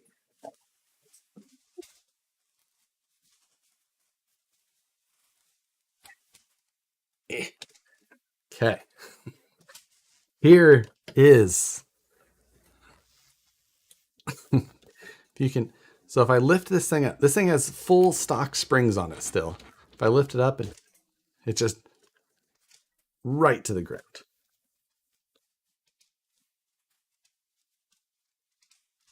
Want me to send you the updated replacement to that comp truck chassis? Brett, are you logged in under your Power Sports account? It's hard to tell who you are then. Yeah, I'm into it. Let me shoot me a message. How much wheel time do you have with it? With this has had 0 wheel time. It has not wheeled.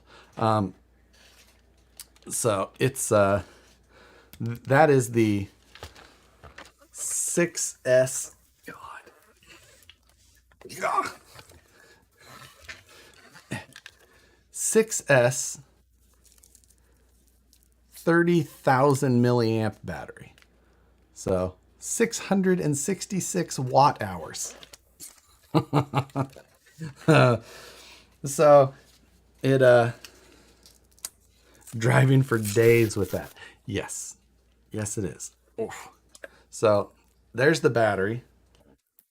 You can see the big carbon fiber battery tray that I made for it. You could power your house with that battery. Yeah, damn near. So I had to cut the fender wells. I made patch panels so that you couldn't see through. 3D printed back there. Yeah. But progress has been made. It still needs things, still needs work, but this is one of those projects that needs to be done before the next event that has a deadlift or a tug of war.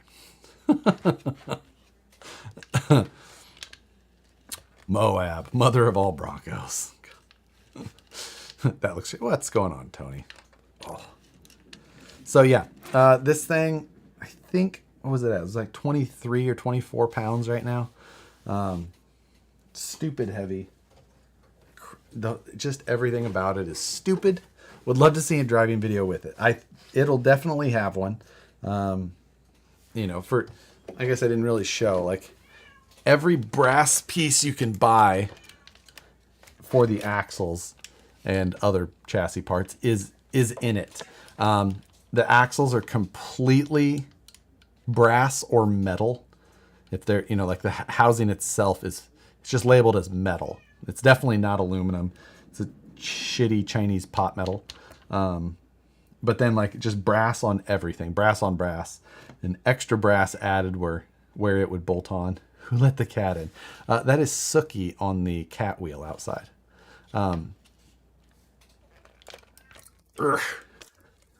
So this is, yeah, it's substantial. Let Moose Jaw run it in class 2 in April. Well, the problem would be that if you put it in your luggage, you'd get dinged with extra baggage fees. Brass wheels next. So no, I won't do brass wheels because I want it from the outside to look like, I mean, like when this body is on, this truck looks very normal for a TRX4. You know, like seeing a bunch of just random brass on an axle housing is not uncommon with a TRX4.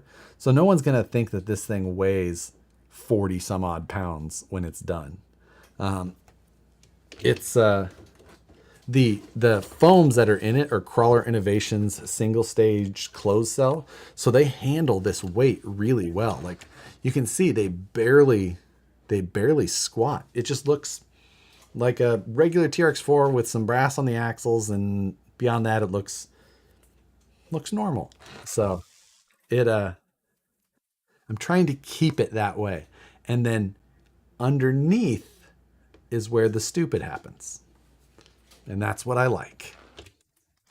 So, you know, the whole suspension not holding itself up, that's another problem, but I'm not super worried about that. What the hell is that?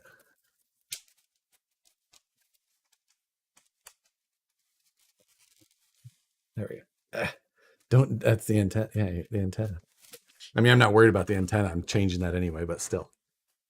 Until you plow through all the other crawlers like a madman. Yeah. So, yeah. It's gonna be fun. Tug of war with a tier with a 6x6. Yes, or SCX6. That is the plan. It's that's definitely going to be a fun one to drive eventually and see what it will do at the things that I hope that it can do well. I do have concerns of certain things absolutely exploding. Like this does currently still have the locking unlocking diffs in it, and I'm worried about those little spider gears when it's done. So yeah. Class 2 the TRX4, not a chance. Like I said, I'm going to be competitive this year. Oh, maybe some 1/8 truggy springs will hold it up. Too big, they won't fit. That's the problem. Yeah. Imagine 10 hard body trucks and this goes through them. Yeah, just oh my. I have a destructive story like that.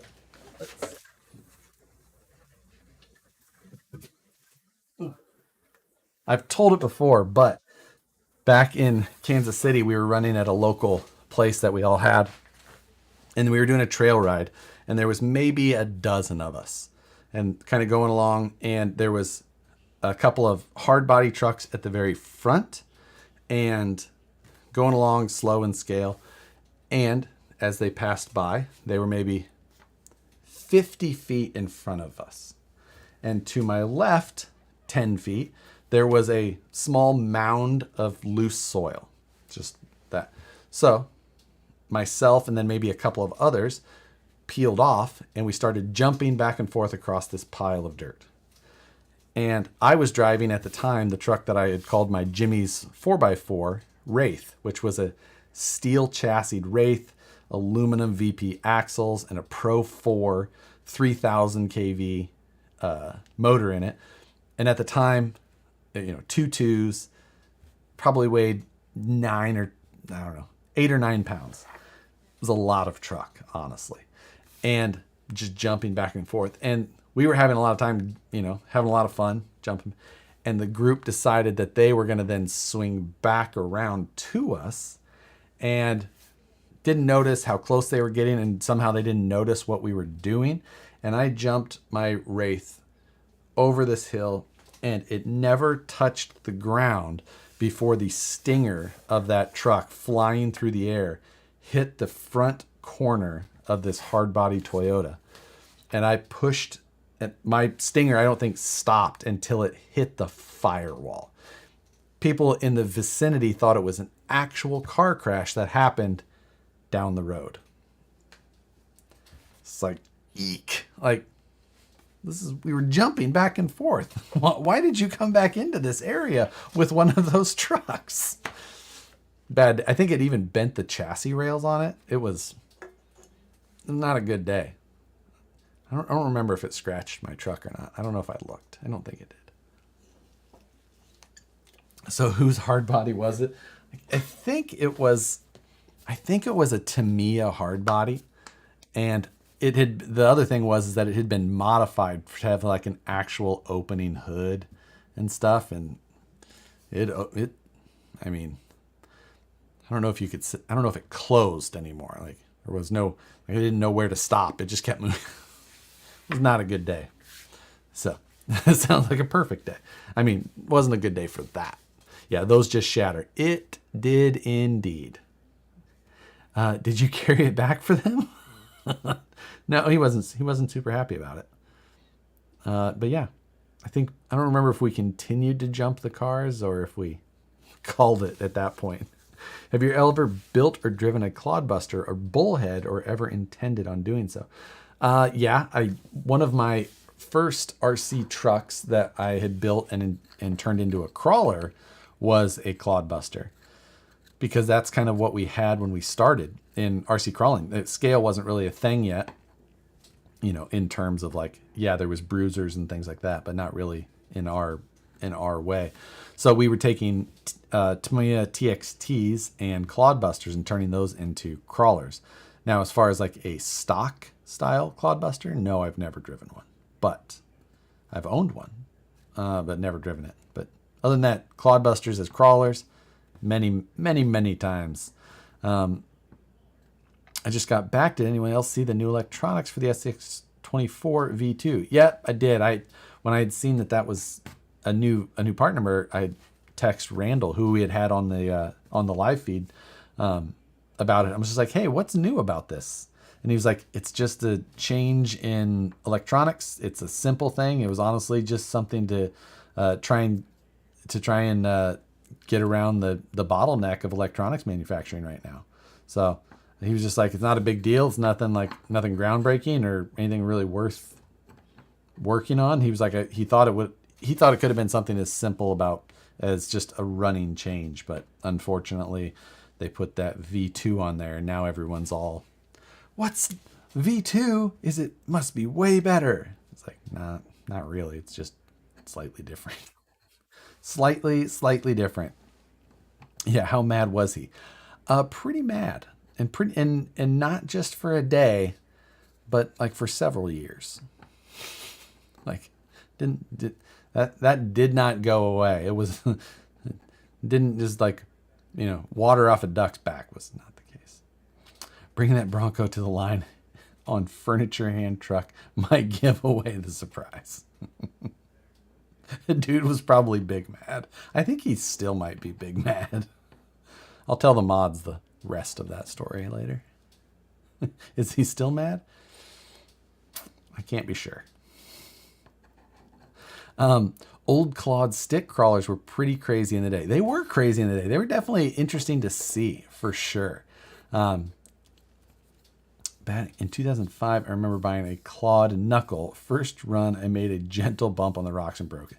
Yeah, that was definitely, knuckles were a whole thing. That was it was wild. I remember like one of the earliest crawler specific parts was made by a company called JP Custom RCs, and his name was Jared Morey, and I believe he lived in Springfield, Missouri. And at the time, he went through and he had these custom clawed knuckles produced. And I think Yeah Racing was actually the manufacturer of the place that made them. It might have been Yeah Racing, or it might have been actually the factory that does Traxxas stuff. But he had these done, and they were an aluminum knuckle, but they had these little cutouts around them. And it was funny. If you saw it now, you would have no idea what they were for. But it was so that we could take and put our either 2-3A or C-sized battery cells on the knuckle and then attach them to it. And I can't remember how we used to attach those onto that. But basically, it was like, because we weren't using, it was nickel metal packs. And, we didn't have LiPo. So we had to take these big battery cells and you'd attach them to the knuckle to give you that low weight. And then you'd have wires going from this knuckle over to this knuckle and then together into the chassis. It was weight, and it had to be on the car, and you had to put it somewhere. So, yeah, it was just what we had to do. But yeah, it was a big deal because it was custom machined for crawlers. We're just like, that's wild, because at that point you couldn't buy anything that was for us. It was all just like regular RC stuff that we had to make work in this little niche of rock crawling that nobody wanted anything to do with. I remember knuckle packs. Yep. And then, because that was before 2.2s like really existed. It was funny because 2.2 size cars, when we like on RC Crawler at first, those were under a separate section, and they were called small scale crawlers, the 2.2 cars, because all of our other tires were clawed and TXT, which were like 2.8 size wheels, or we ran 40 series and then made custom tires to fit them. Like, you just had to do what you had to do. And we were like, these little 2.2s, like, what are we going to do with these little things? And then, let's see, after that, there was the only 1.9s that existed that we used were the BFGs that came on the Tamiya Hummer and Pajero, maybe, which were absolute rock hard, just the worst performing tires. They were like toy plastic hard. Or the other one was the tires that then were later released on the High Lift, and they were ugly and also very small. But there was like the only 1.9s that we had. It was just 1.9 was not a thing. The first real 1.9 tires that became available to us were made by RC 4-wheel drive, and I think they were called the Mudslingers at the time. I know they still make them, and I think it was the name then. Sorry, there's a gnat in here, and it's driving me nuts. Got it. But yeah, they made these Mudslingers for us, and they were hideous. But again, it was a product that was made for scale trucks on their own. It was like, what? It was incredible to even think about that. There was a company called SDI that made trail doctors, and they were somewhere out of Europe, and they were expensive and they broke down, but they were more scale and they actually performed better. So that was another option. I was like, those early days of scaling and rock crawling, I remember really well, like a lot of products and things like that. But you had to do what you had to do. You had to make a lot of things yourself. Josh, do you remember when the AX10 3-gear was named most innovative transmission when the AX10 came out? I kind of do, even though that it was a basic ripoff of the associated stealth transmission, which we had been using for years.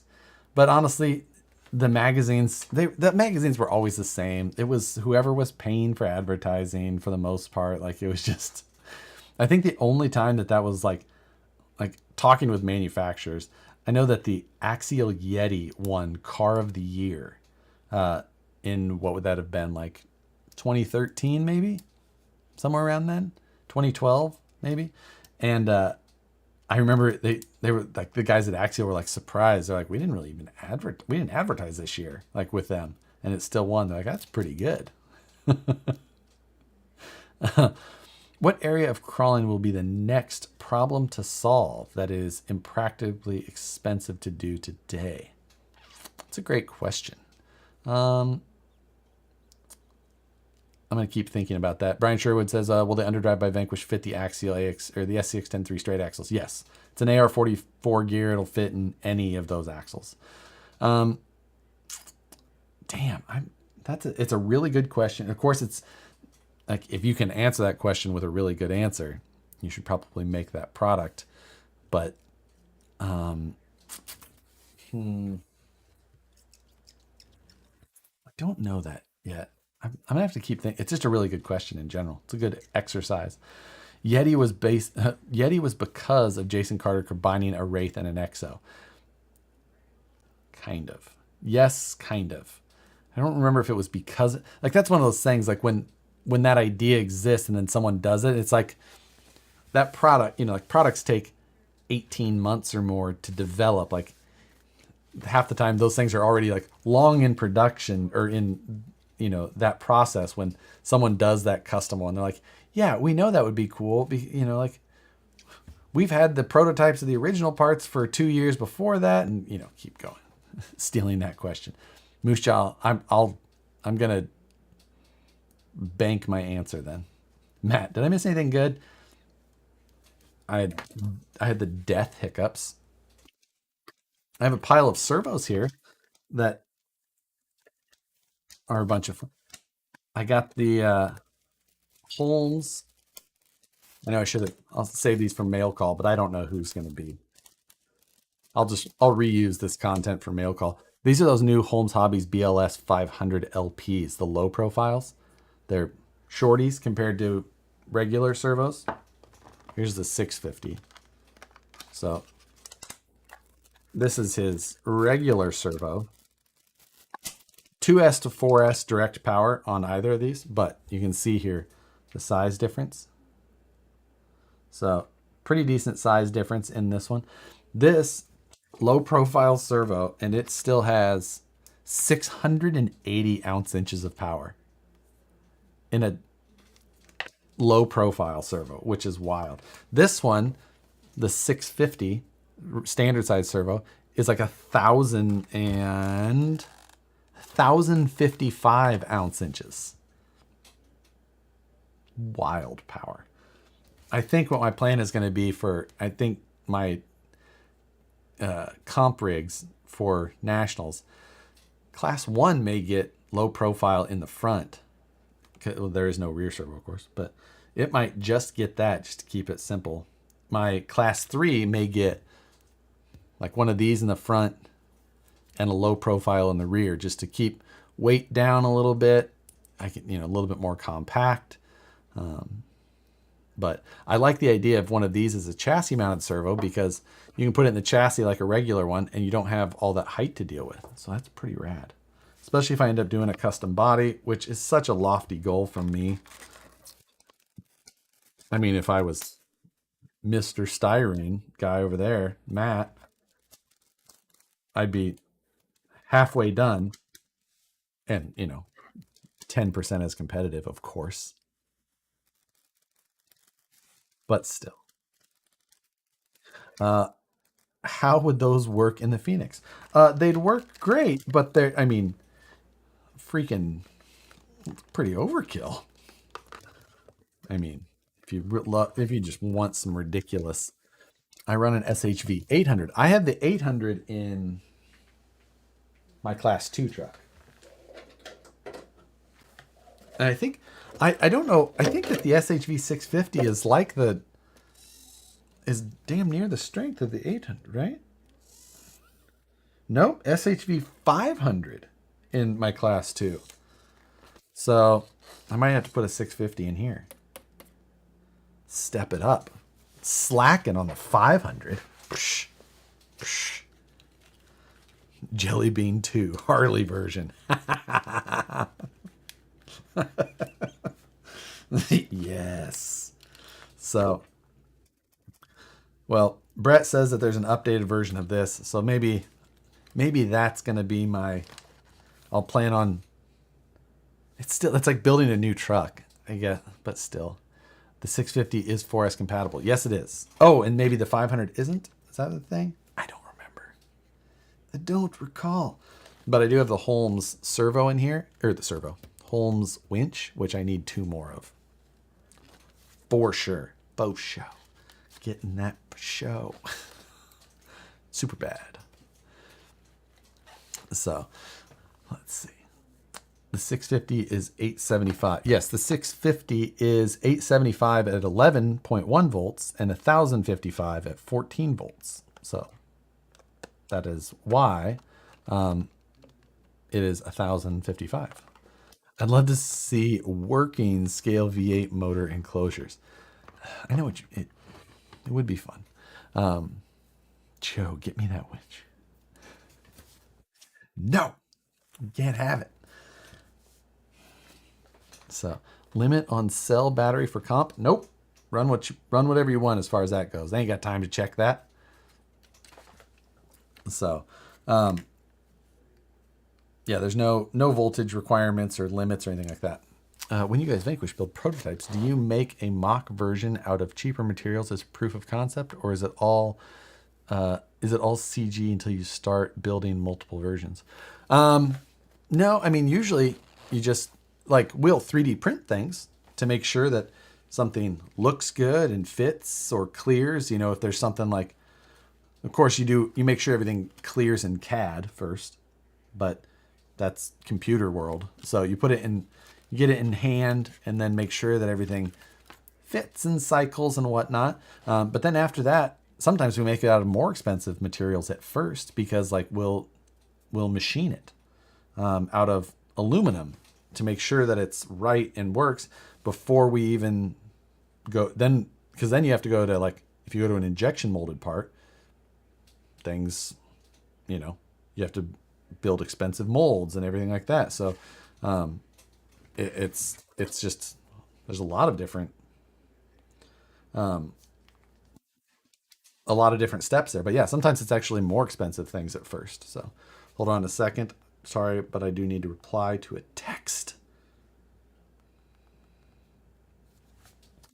So yeah, it's kind of fun that way, you know, and it's a matter of how fast or you need it, you know, what you're actually testing, things like that. How could you simplify the networking and brand of motivation to someone in need of their own? What? What? How could you simplify the networking and brand of motivate? You're going to need to rephrase that question because I do not understand what you know, or I don't understand what you're asking. How could you? Yeah, sorry, I was going to read the same thing again and still not understand it. Do you know if U4RC is still going? It is still going, especially in SoCal, not so much in NorCal, and in other places, I don't think it's that much. Let's see, Brazen or G Speed and why? So this is a Brazen. This is a G Speed. And I mean, as far as like building both and what I enjoyed more, I'd probably say the Brazen. There was I don't know. I thought that the G Speed, what my thoughts were is that I thought that this G Speed was going to have a better, what it felt like to me from the outside was that it had a more complete a number of parts and options to be able to throw this thing together more easily and quickly than this Brazen did. And I think that what I found in the end is that that was not necessarily the case. It did have a lot of options and a lot of things here and there that they weren't very well documented. They like things were poorly described in a way and I would say that I am a fairly competent hobbyist. And the the information that was put out on these was terrible. Like not clearly written as far as compatibility and things like that. So as far as that goes, this was very poor. And then once getting it, it was fine. There was some hiccups back and forth on some proper item here or there. And then in the end, I don't think that there was anything that I ended up really liking about this more than this Brazen. And the Brazen it just went together for me, and I didn't really have any hiccups, and it used an SCX bolt pattern that was simple and dropped in my VFD, and there was a Brazen front servo mount setup. The only thing that I wish that Brazen front servo mount setup is that it maintained the width to the outside of the rails as an SCX chassis. I think that could have been improved.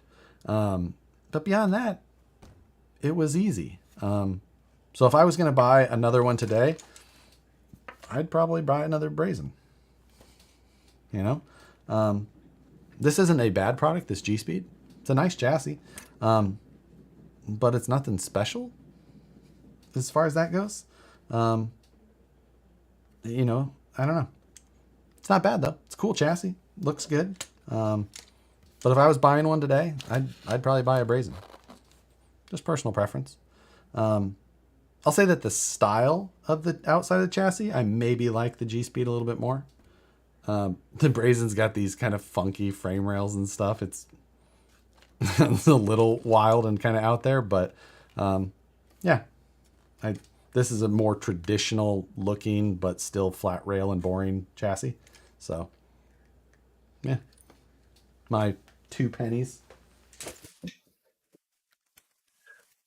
There we go. Bill, thank you. Thank you for the donation. Will there be injection molded inner fenders for the Pro Ultra like the Phoenix? You know, anything's a possibility. I can't say exactly any for sure plans. Not sure if I have plans to for sure say one way or the other. But I like the molded inner fenders, and I do want front and rear at some point. So, but the Phoenix ones, even though they kind of narrow, they would still work under a body like the Pro or Ultra has. They wouldn't go all the way to the end, but they don't need to. They're just trying to block the view from the inside. So basically being able to just use those front ones and then make rear ones would be, you know, probably what I would think would be the best route. So let's see. I missed a bunch. So did that question that I didn't understand get rephrased? I don't remember who said it. Ward Klein. It did not. I do not see it. Okay. I've seen HPI came back out with the Savage. Do you know if a company just started back up or did they sell to someone else? HPI has been sold 2 times since they initially went out of business. HPI initially went out of business in like 2016, maybe something like that, or so. And then they were sold to a company out of the UK called Ripmax. And Ripmax was the one that started to get things rolling again and actually got everything done to put out the Venture. They got it together enough to get that thing out there. And then after that, I don't know what their deal was and why they couldn't keep things rolling. From what I heard, the previous owner of HPI's name was Tatsuro. And he was in SoCal, and that dude could spend money like crazy. He had a Ferrari collection. He had a lot of money in places elsewhere. But as the popularity, I believe, as HPI went down, I don't know that he compensated his business model and spending strategies to mimic that. So, he ended up folding, but he ended up leaving companies in a lot of hot water and not paying a lot of bills that were out there. Honestly, HPI going under was a big part of what caused Kingstar, which was the original factory that made Axial's parts, made them go under. And even before that, as Kingstar was starting to tank, they were like the original majority owner of the company Axial. They fronted a lot of the money up front to get that company started. And then the rest of the guys got percentages of it, but it was smaller than the majority. Kingstar, they were the ones who decided to sell the company to Great Plains at the time, or Hobbyco. And the guys at Axial that were running the business just all of a sudden one day found out that they have new bosses at this major company. So, but HPI was really the one who kind of like started snowballing that whole thing to go down the road. So I know that's a sidetrack, but as it went, as that tanked and then left a bunch of bills out in the open. So when RipMax bought the company, they thought that they were going to be able to get things going. But then all these companies were like, hey, guess what? You still owe us a boatload of money. And they're just like, no, we just bought this brand. We don't know who you are. Like, they're like, yeah, well, we have your molds, and if you want parts, you owe us money. And that was why RipMax was not able to continue moving the brand forward and getting more parts and going. They just couldn't do it. So then they sold it to another company who was a Nordic company of some sort. I can't remember what country in that area, but one of the Nordic countries. And they have now gone through and consolidated and retooled parts and projects into a smaller number of different factories in China. So a lot of HPI was done in Taiwan before. I think it's been 100% moved to China or close to it. But in a small number of factories and all new and not owed money by other people. So there is the long answer to the question you probably didn't care about. So yeah. Yeah, it's weird. A bunch of questions stop when I start ranting about I hope the Venture comes back. That's an interesting question. Like, will they bring the Venture back? They brought a Savage back, which is an old car, but then the Venture, like, there's no history of sales for that car. The HPI, the Savage, which is an old monster truck, has this history of like, hey, we sold hundreds of thousands of units. So they're like, let's retool that. But then the Venture, which is much newer, but it only sold like this many because like they sold some and then the brand took a shit and it went out. But like, is it worth bringing that car back? It's out of date.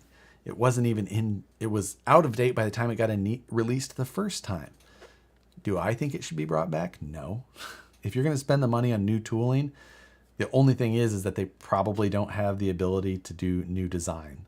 So it's either retool that one with the IP that they have, or buy some off-the-shelf rebrand of a Chinese design and call it a new HPI. So, questions.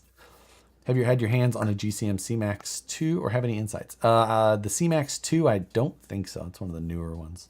Not something that I've really ever had anything to deal with. So let's see. I think there was some other ones that I missed. I know I missed a bunch of questions, but they're flying by now. So,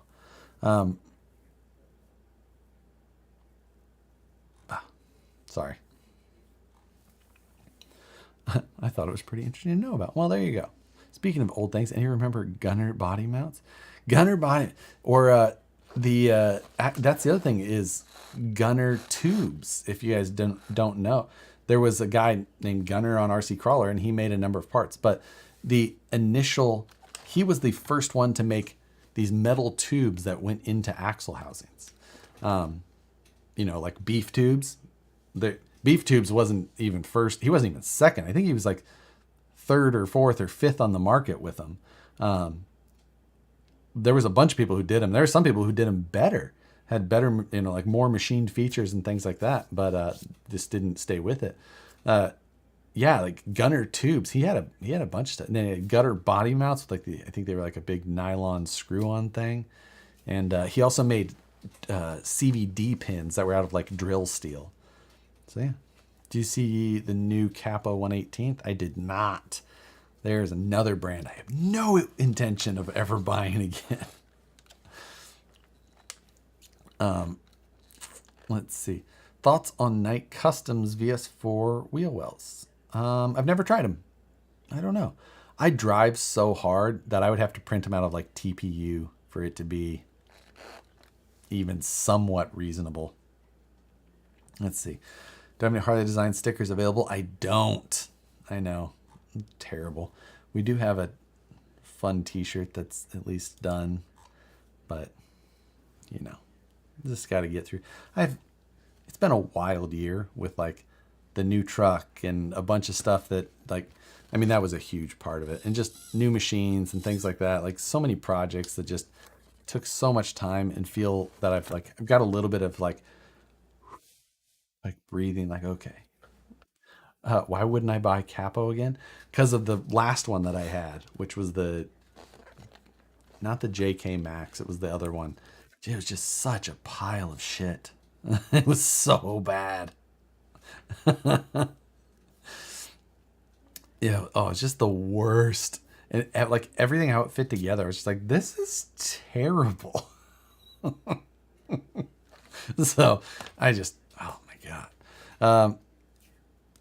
Josh, out of curiosity, do you see any of Cyclone XC's custom trophy truck builds? I've seen those in the past. Yeah, he did a bunch of YouTube videos and things like that. Yeah, I've seen him.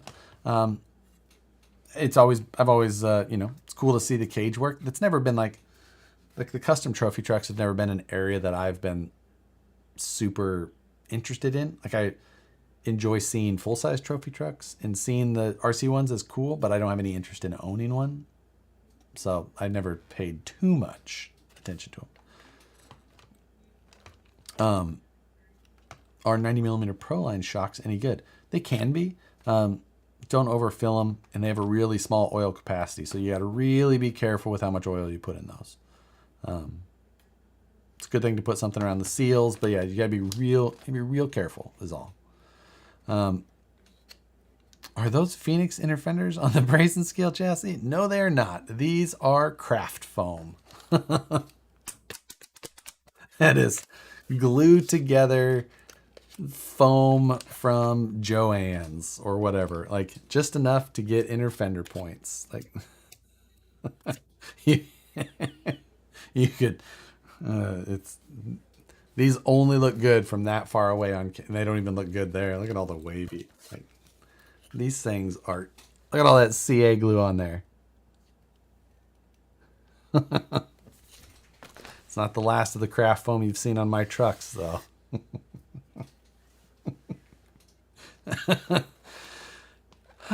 Yes. So, do you think that cars should be more module so you can mix? No, I don't.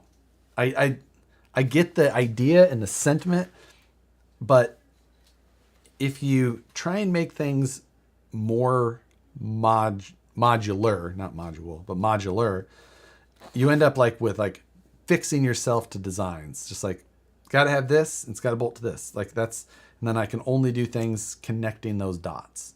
So I'm fine with having options that are widely different, because the other thing is you can make a lot of things. Like if you want to put this on that, like there's a pretty good chance you can make it happen. You got to get creative, might take some tools, but tools are an investment worth making. Buy tool. You need special, you know, like you don't have a Dremel yet, buy yourself a Dremel. You don't have a soldering iron yet, buy a soldering iron. Buy it rather than a pair of knuckles. Like buy that stuff. Just, if you're going to buy a new upgrade for your truck, like think about a tool, because you know, I mean, it goes counterintuitive to our business model. Like I want you to buy the parts we make every day, but I'm telling you, like, get yourself a tool set up and buy good tools. Yes, buy good tools. Get tools, and then like you can end up building things and still getting good parts and putting them on, but like it makes everything better. Like everything, you have the ability to make something just fit, and then it's just buy tools, whatever it is. Buy stupid tools. Buy tools that you're going to use for one thing, because one day you're going to need that freaking circle maker. Buy tools. Be a man. No. It's just, I need to do another toolbox tour, because my toolbox has changed so much since the last time that I did one. I just, I mean, I have random ridiculous stuff in here, and but honestly, I can sit here during these live feeds when I'm building something, and then it's like, oh, I need something, and I probably have it within a arm's span away of like random ridiculous. Show us the famous hammer. My little brass hammer. It is, I mean, it has seen some wear. Like this is a $5 Harbor Freight hammer, and it's the best. So really interested in upscaling a 3D printed body for my SCX6. What's the best website resource usable 3D models from?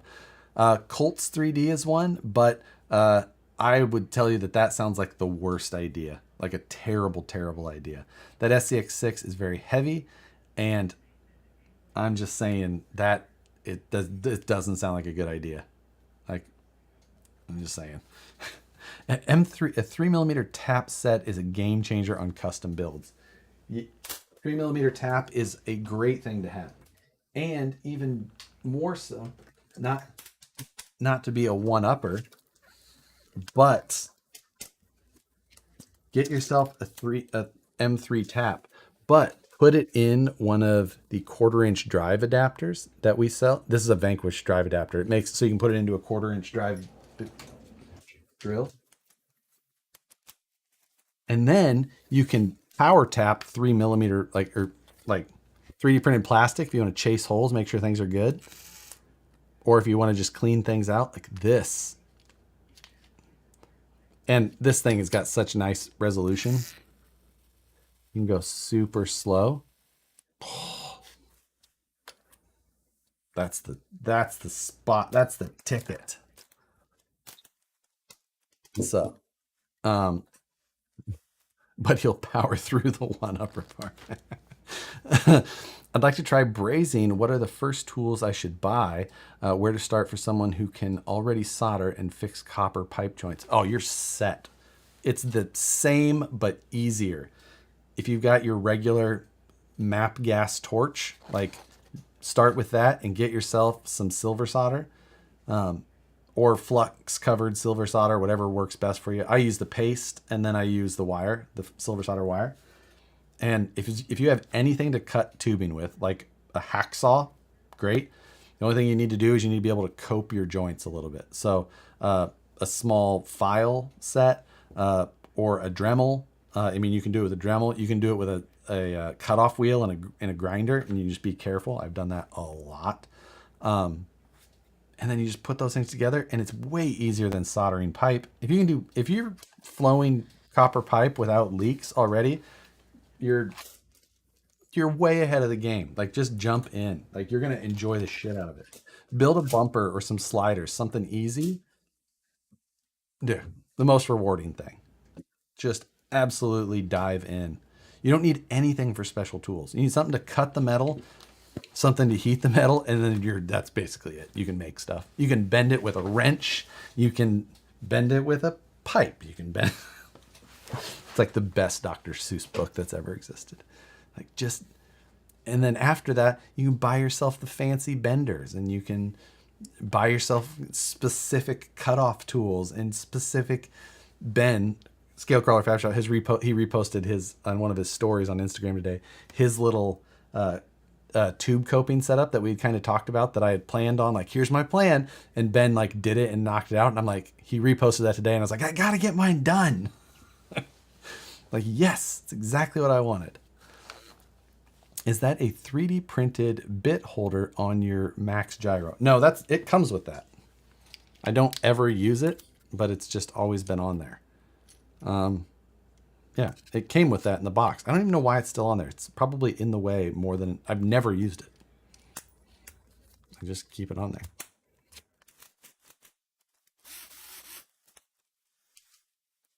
Let's see. I know I missed a bunch. If you have good questions, just repost them. You're fine. CNC machining for flat carbon fiber parts. What kind of bit are you using to cut? Carbide, down spiral to help hold down? Any more tips? JCRC, no, I'm not using any of that anymore. I did before. I used like straight cut and things like that.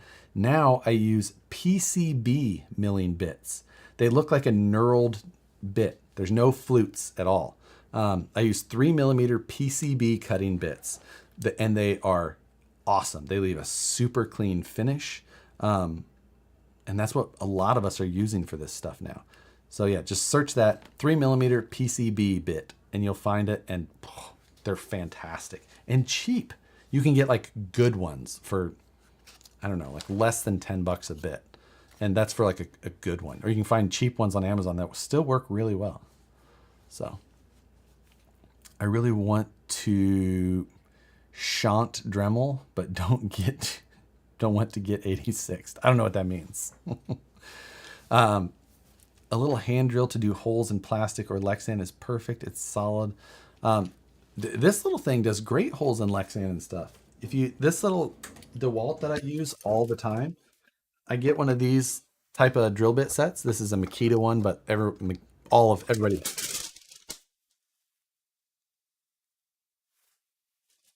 My bad.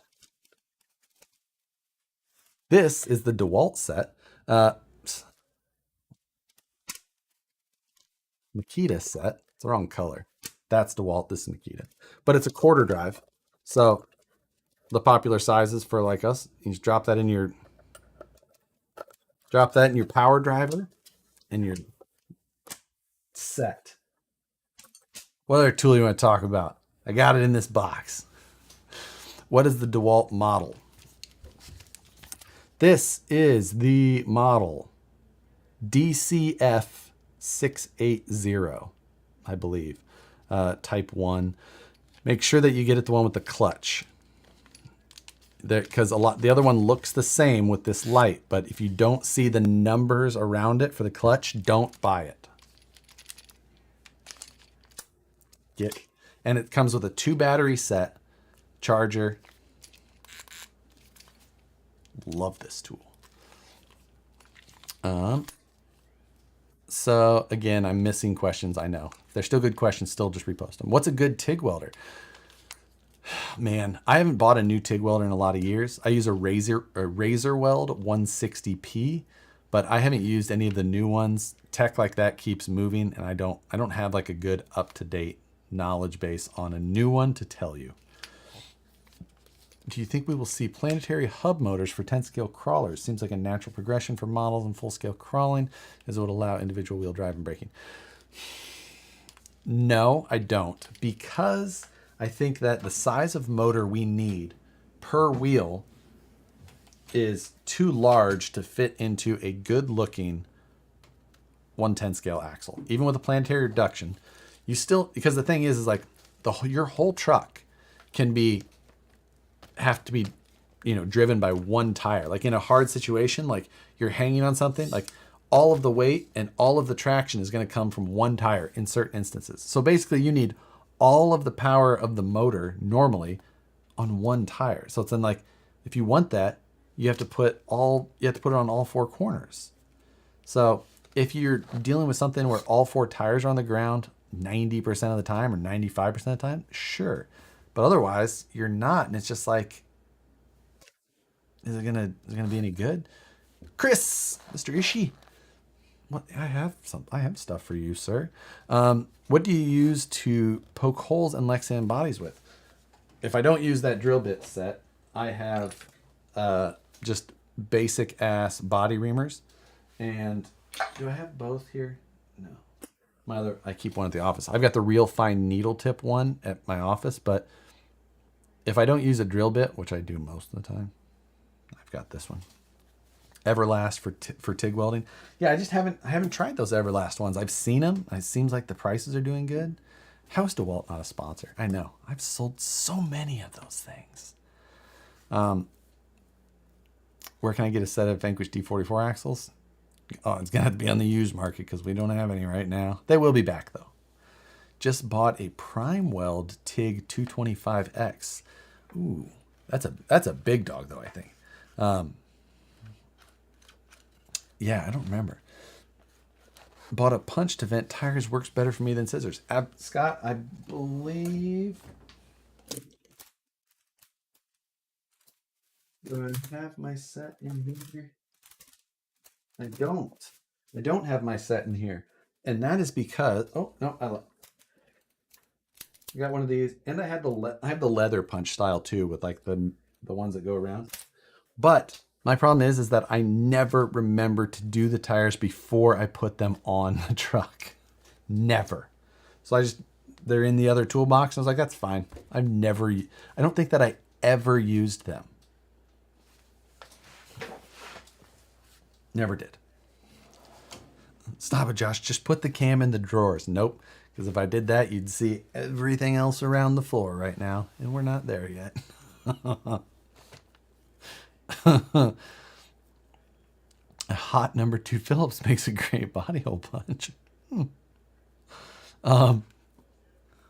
Will the Rock Jocks ever come back? Rock Jocks have been on the site recently. Unless you're talking about Wraith and stuff, which no plans for that.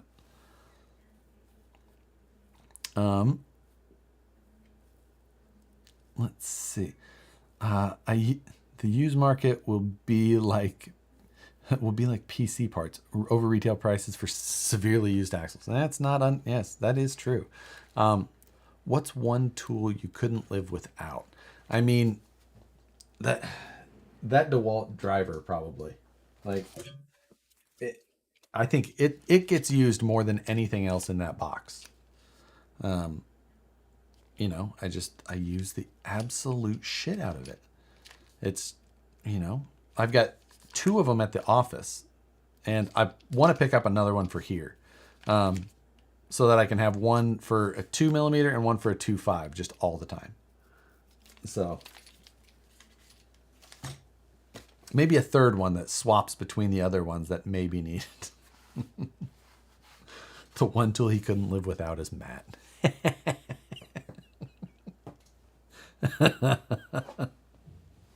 Oh, 2 hours and 30 minutes of BSing. Best stream in a while. Yeah, you know what? It's been a great stream. Fantastic. I didn't buy a kit this week, so I didn't have to make up the big difference in cost. So that's always the one. Like, buy kits, and I'm like, I really got to hope on making that revenue back. It's like, not so much. Didn't have to worry about it as much this week. It's a nice one. And like I said, I got a bunch of other ones that's going to have to.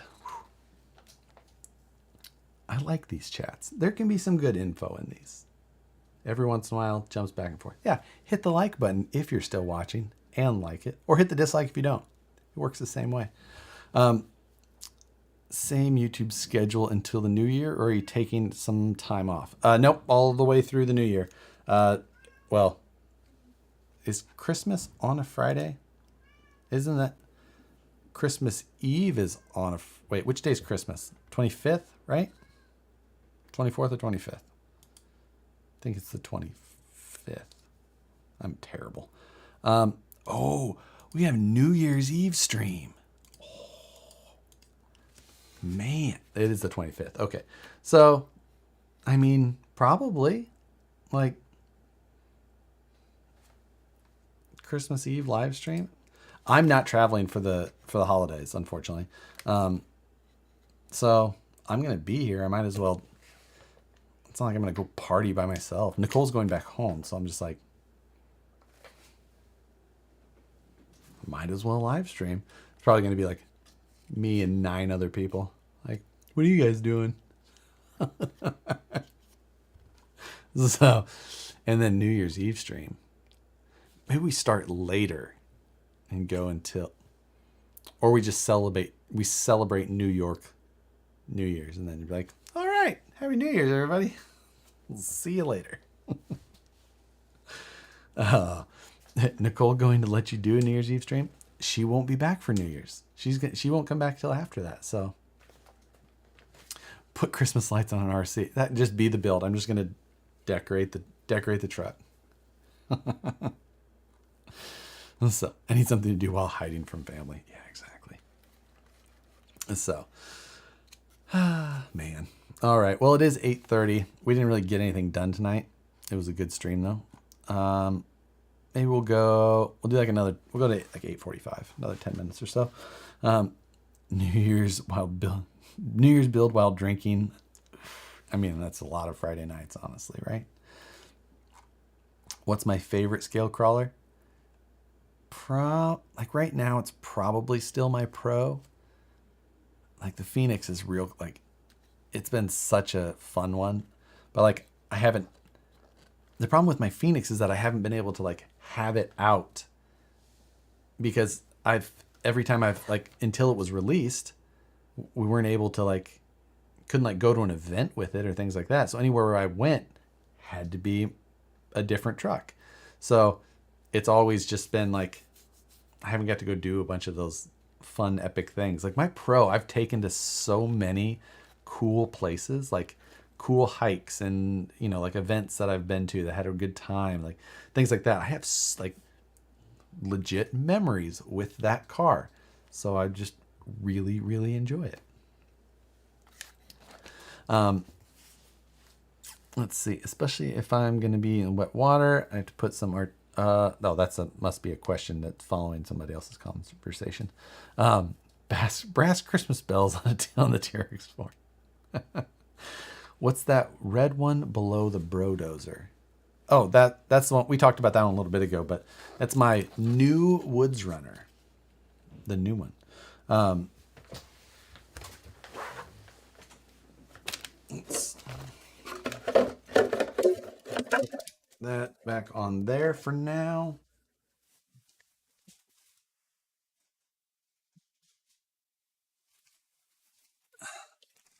We talked about this for a while already, but it's one that I don't mind staring at, so I don't mind having it sit here on the bench.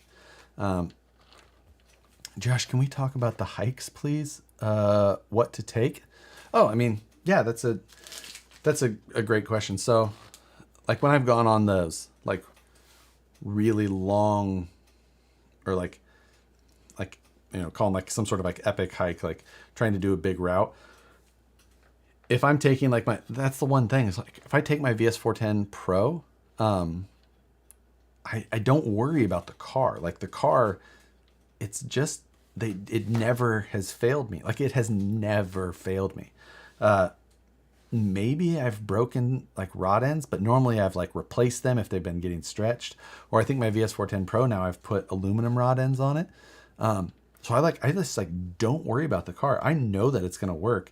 I may have some of the most minor fixing stuff with me, but for the most part, anything that I'm carrying on my back is like personal stuff. Like if anything is going to fail me, it's going to be me. I'm going to fall, or I'm going to like twist my ankle, or I'm going to get, angry because I'm hangry. I need something to drink. Like I need stuff for me. Extra batteries I usually bring. That's good. Batteries for my transmitter, batteries for the car, a lot of water, usually some sort of snack, because obviously I'm a type of person that enjoys a good snack.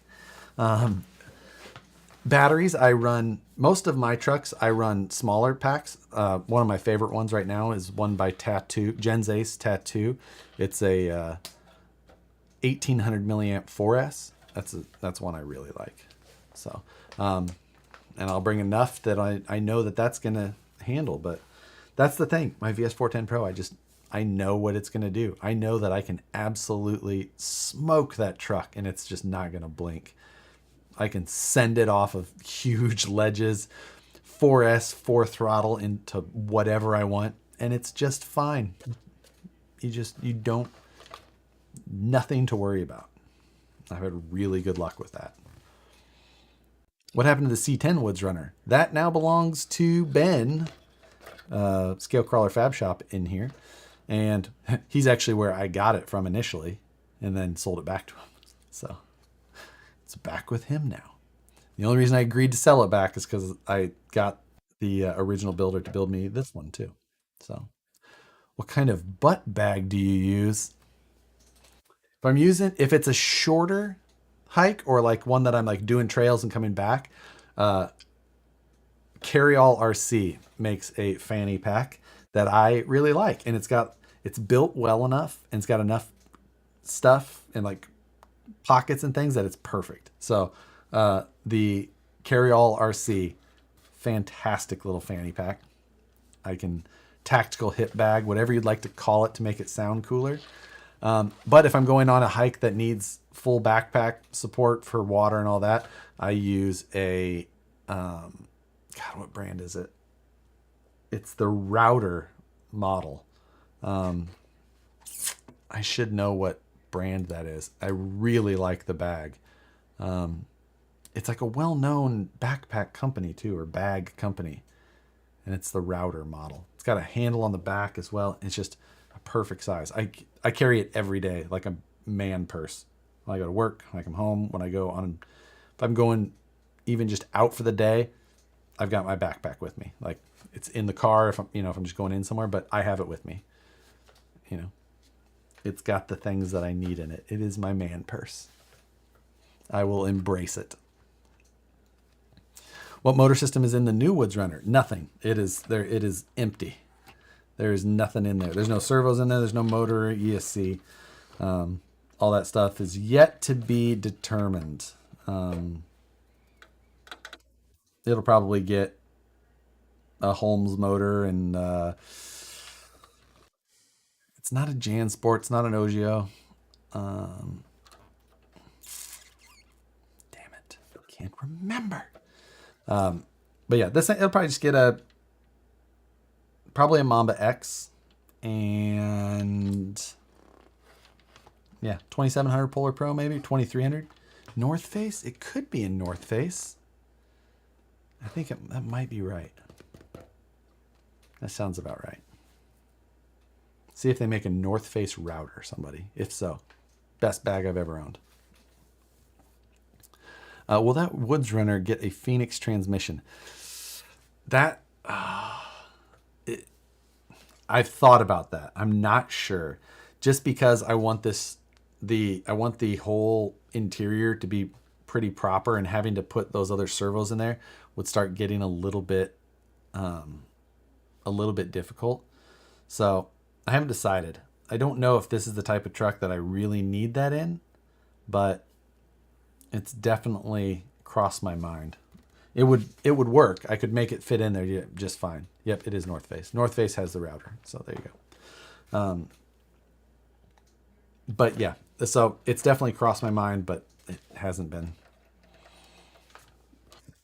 It hasn't been something that I've got into. Like I said, I've not been in a hurry to like work on that. Like you can see the dust on it, like dust, and the cage has got a little bit of rust starting, but that's all just from the oils of my hands.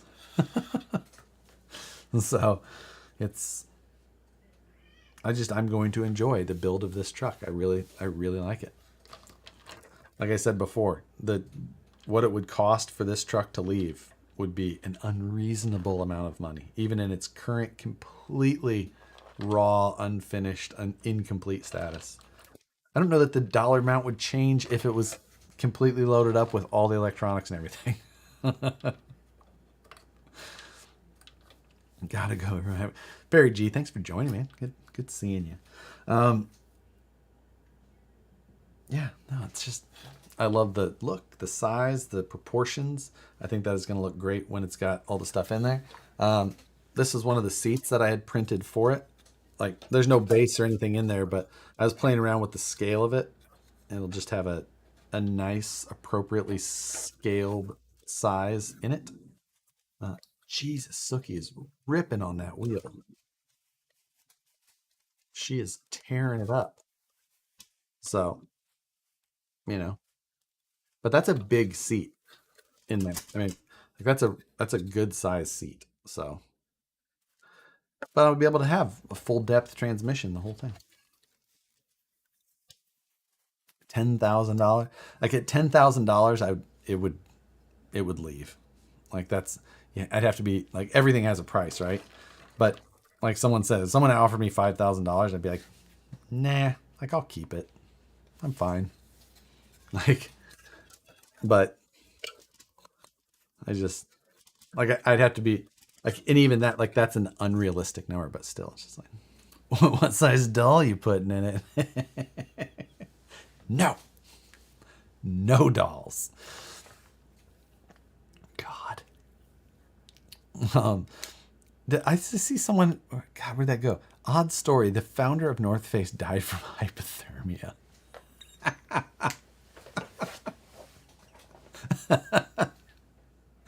Huh. Okay. I did not know that.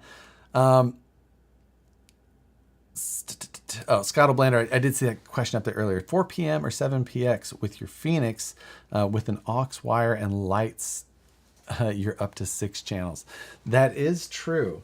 You know, it's... But the receiver, and someone was saying the receiver I was using was a 6 channel, but that doesn't actually work as 6 channels, even with the 7px, I don't believe. It probably does. I don't remember why. I ended up getting a receiver the other day that was an 8 channel just so that I could actually use it. 10,000 is ripper money. Yeah, but, and it is. But it's just like, I have a ripper. I've got one, like, I have one of the earliest ripper, like one of the, you know, unobtainium versions of a ripper. I don't need another one. I don't want another one. I don't want a second one. I don't care. You don't do drivers? I don't do drivers. That is true.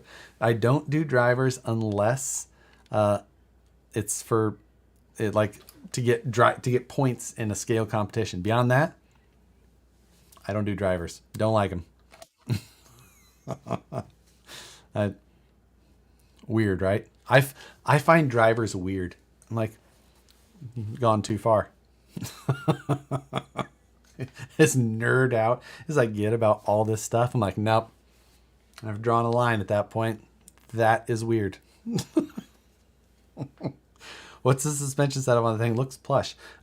Incision 90mm shocks, 80 weight oil. Yeah, it's a VS410 chassis. VS4. The rear shocks are laid down though. You see the angle in there. So stock. Just dropping shit all over. Front shocks are pretty much stock. Angle though. Rear's laid down, so it's pretty nice. What is a ripper, and can you show us pictures of it? I can. I could. I will. I have. This one is not mine. This is Brandon Wilson's, which I need to send to him. I was waiting on getting some other parts done. I just haven't. They're probably done. But this is a ripper. So the story behind these is that initially for Axial Fest 2017, we wanted to do something that was like a media project thing.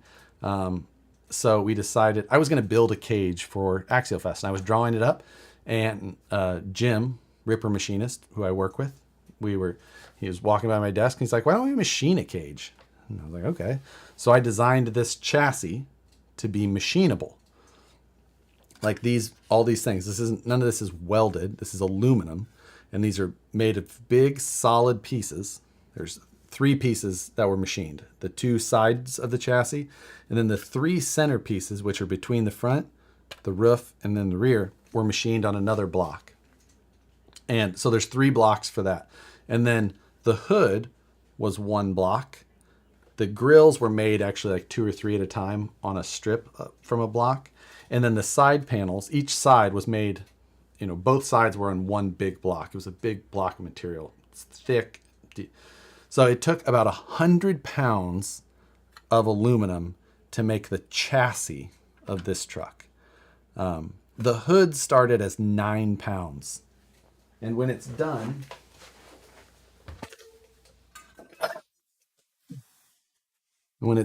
it ends up as this. And this is like 2 ounces.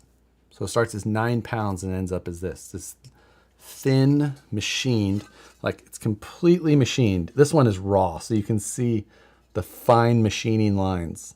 And then the underside, it's not machined as fine, so you can see the lines more. This one's a blem. You can see this hole right here. See, it's all gnarly. So this is a blem, so I keep it as a wall art. But, like this hood itself was like over 2 hours of machining. When we sold these, we sold them as a kit, and it came with the chassis and the body panels, the light bars, the grill, the LEDs for the front, some links, some things like that. But you needed to add an Axial SCX-10 chassis and Vanquish axles. This one has rock jocks under it, which is not typical. But we sold the kit for $1,899. And honestly, people lost their minds at how expensive that was. Like, it was the most ridiculous. People were pissed that we were selling them at that kind of money and how outrageous that was. And we're just like, this is cheap for how much machine time is in these compared to a normal product. And we thought we'd sell 10 or 20.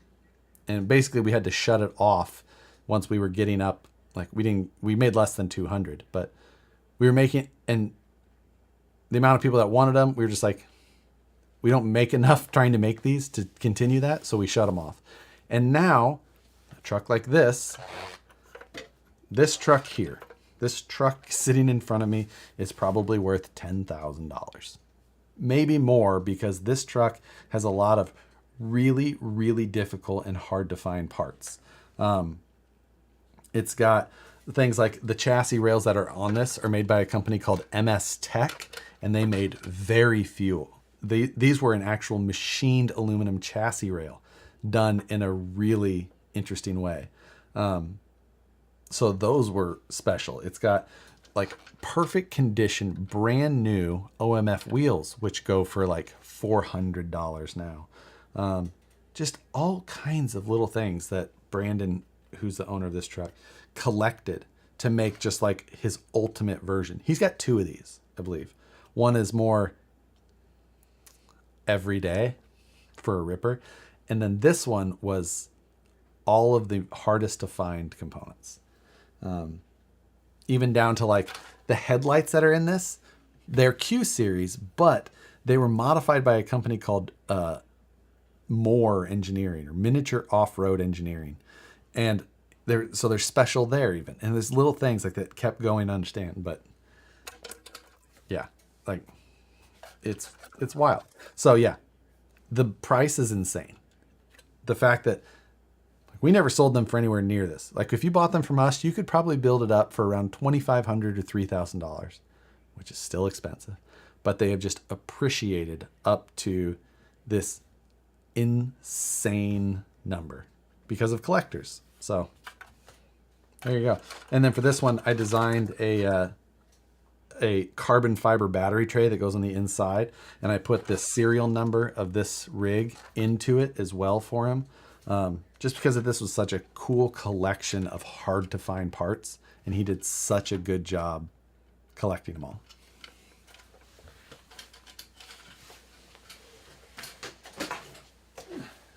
But yeah, there's your Ripper story for the evening for people that haven't heard about it. So yeah, I mean, yeah, not gonna lie, it's crazy money, but they were a crazy amount of work. So so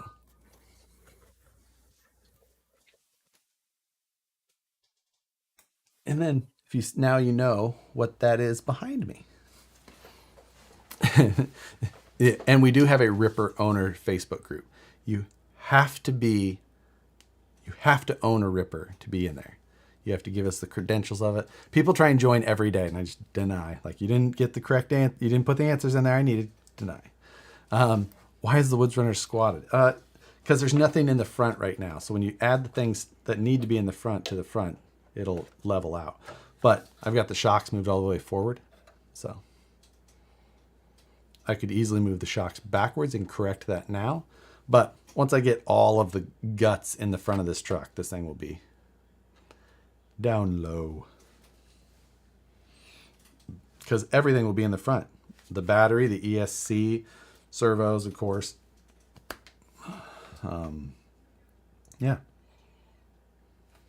The whatnots and the have therefores and the what have yous.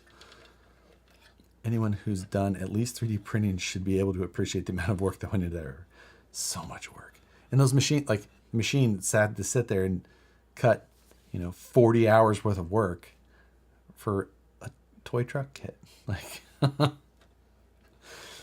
so, what are your thoughts on the extended shock mounts for the VS410? I've seen some of them. As long as you know what you're really after, and then go for it.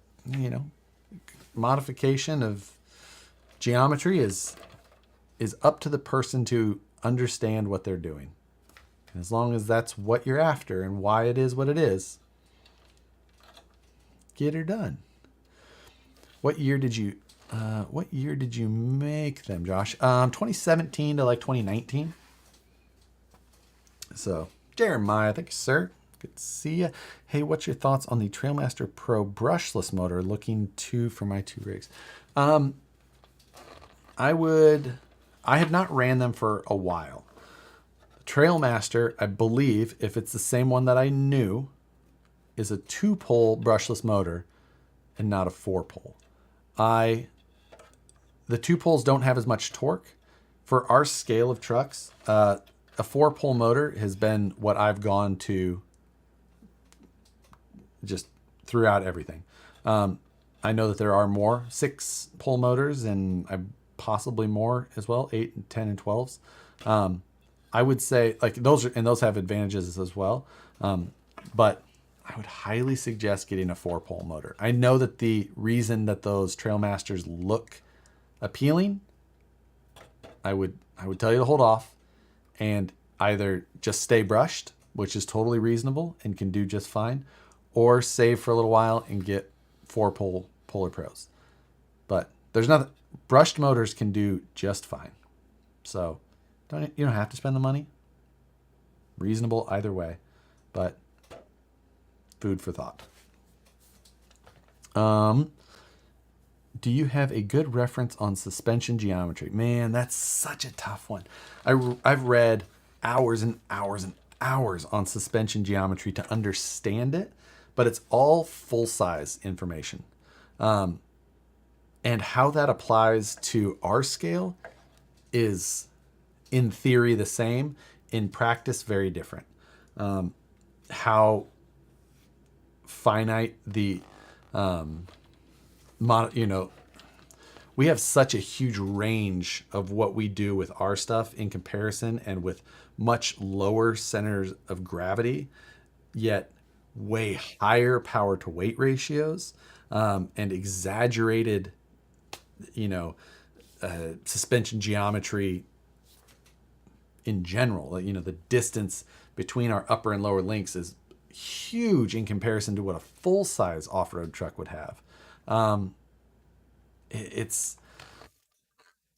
I've read a lot on, and it helps because, understanding instant centers and roll center and anti-squat and anti-dive and all of that, I feel like it's important to know. And, seeing the changes in pinion angle control throughout the stroke of the suspension, and then just learning the different types of 3-link and 4-link and parallel 4-link with Panhard and 5-link and 1-link suspension and, radius arm, like all of those things. There's just so much to learn. It's super fun.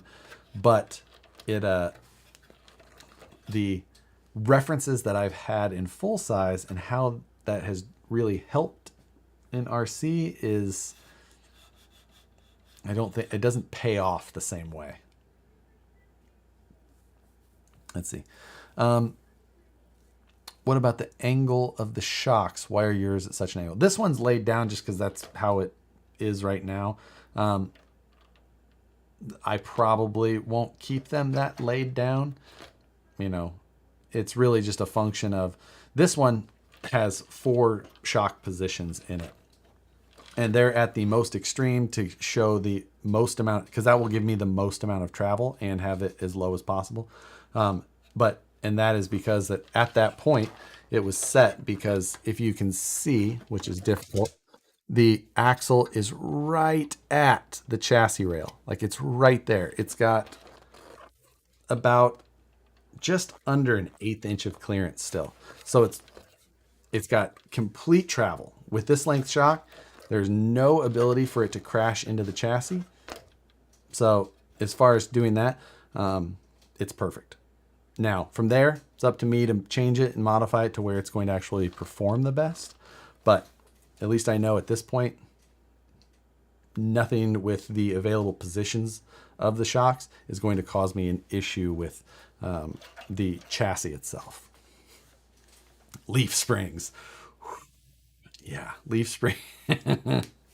Leaf springs are a whole nother thing. Another world of witchcraft. And Fat Dad 74 RC, $5. Thank you. No question, but thank you as well. Thank you for the donation. Let's see. Just bought a Wraith 1.9. What weight would you add? What weight would you add to it? I had a lot of fun with the Wraith 1.9. Big fan of that. Oh, I see. That was you right below it. Big fan of that truck in general. I would not go overboard with weight because that truck is pretty light itself. So I added front brake weights to mine, is all on some aluminum wheels. Aluminum wheels all the way around. I added some stainless steel brake weights and like stainless steel links. Kept the added weight nice and low. And beyond that, I kept the chassis pretty light. And man, that little truck is kind of a beast. It just blows through stuff and does its job. It does really well. I did actually a full live build on mine when I did it on one of these Friday night live streams. Probably have to go back a little bit to find it. You know, it was actually, it would have been about mid-July. So if I pull up the calendar, I bet that would have been about July 9th. Either July 2nd or July 9th. I would check those live streams. Because I remember I did it a couple of weeks before Axial Fest. Because the week before I went out and tested it, I think. And then the week before that, I think was the live build. So check July 9th specifically. Dale C. Thank you, sir. Good seeing you. I think I missed it. Is this a template chassis on your blog? Just got my welder up and running at the new house. Need a new tinker project. Dale, this is the Woods Runner. The Woods Runner. That's one of the. It's the second template I did. Now, I will say that template has got its pros and cons. You know, you can use it for a lot of it. The front of that template is a little bit wonky. So you got to I suggest if you're going to look at building with that one, find the body you're going to use and adjust proportions as needed of the chassis template to fit the body. And then you'll be good. West Desert. Hey guys. Hey ding dong. No. I know. That's the worst. You can blame Matt for that, but it did stick. It is funny. But oh shit, it's after 9. How did that happen? Yeah. Let's we're gonna wrap this thing up here pretty soon. I think I can feel my voice scratching from talking for 3 solid hours. How did you mount the Power Wagon? Well, this was one of those weird like theory mounts. You see this like hokey ass thing I've got on the hood here. It looks kind of like valve covers in a supercharger, like barely, not super convincing, but it's there. So that is a clamping clamshell through the body. And underneath of that, there's this structure.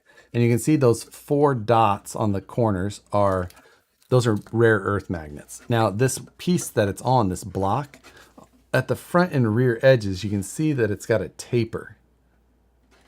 So you can see that little undercut there. So it's got one of those at the front and the back.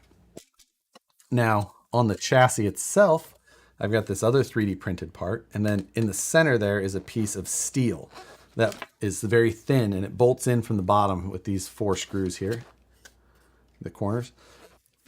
Now, the idea was that those 4 magnets, not that they hold the body on itself, but they kind of do, but it's those wedges. So to get this body on, you have to put it up at an angle to get the front wedge to go in, and then you can kind of drop it down and it centers itself. And when it's centered, it can't pull straight up, so I can lift it up. Now, that could be expanded on to work a little better because it's not perfect. It works fine in this regard, but if you hit it in the back of the body where, you know, it would almost function like the tilt, it can come off. So it was something I was doing to try and like work with a body mount that was a little bit, you know, I was being fancy for no real reason, but I wanted to try something, and oftentimes those little ideas can turn into something, more interesting and kind of cool. But it worked. It did its job,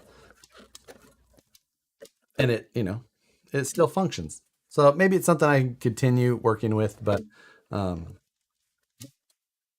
that was the idea. Eh, it's West of it. Jeff, you can see the intro I did? I didn't yet. The last video I saw of yours was the Capra 4-wheel steer versus the two. I didn't see another one pop up in my feed yet.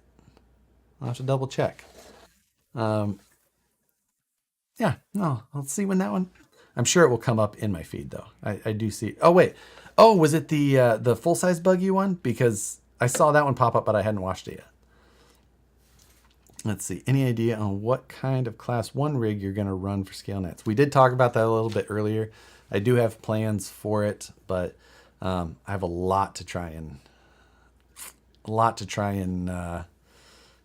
flesh out. So we'll get there. How's that though? Wouldn't the angle become the hypotenuse, thus needing both the rise and run to compress it?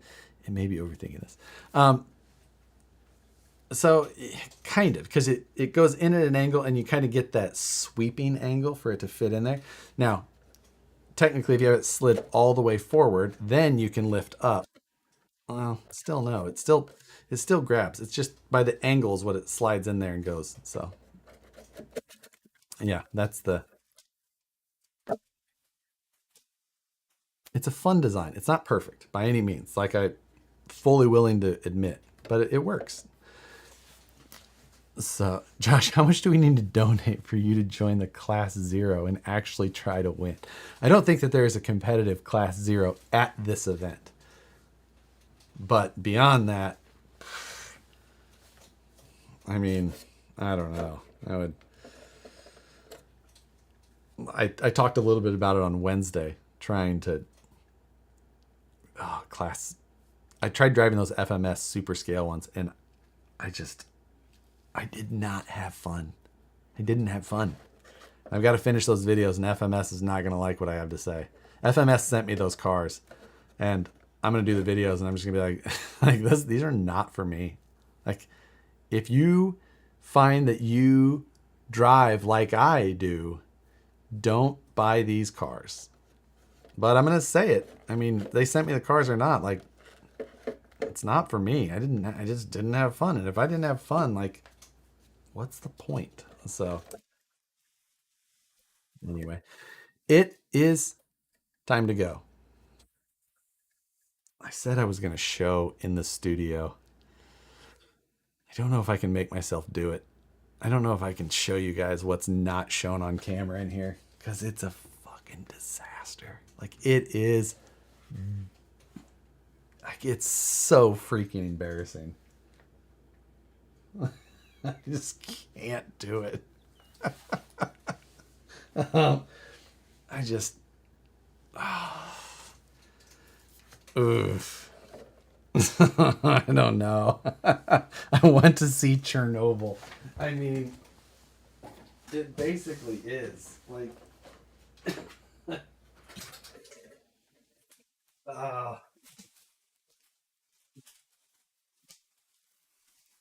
I don't know. We all stayed for this. Oh God damn it! Like, let me go this, but I gotta now. Hold on a second.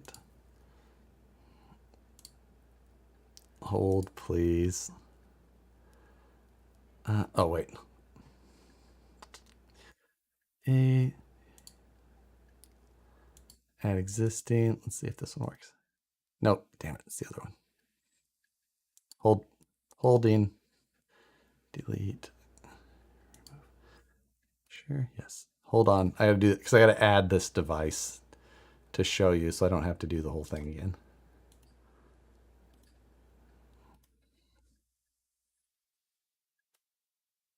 Nope. That's the same one that I've. Darn it.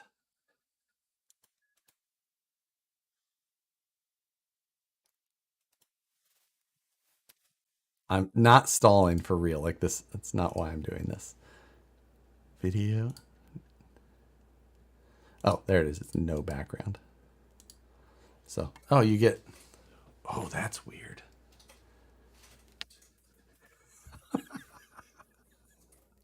Not stalling. It's not what I'm doing.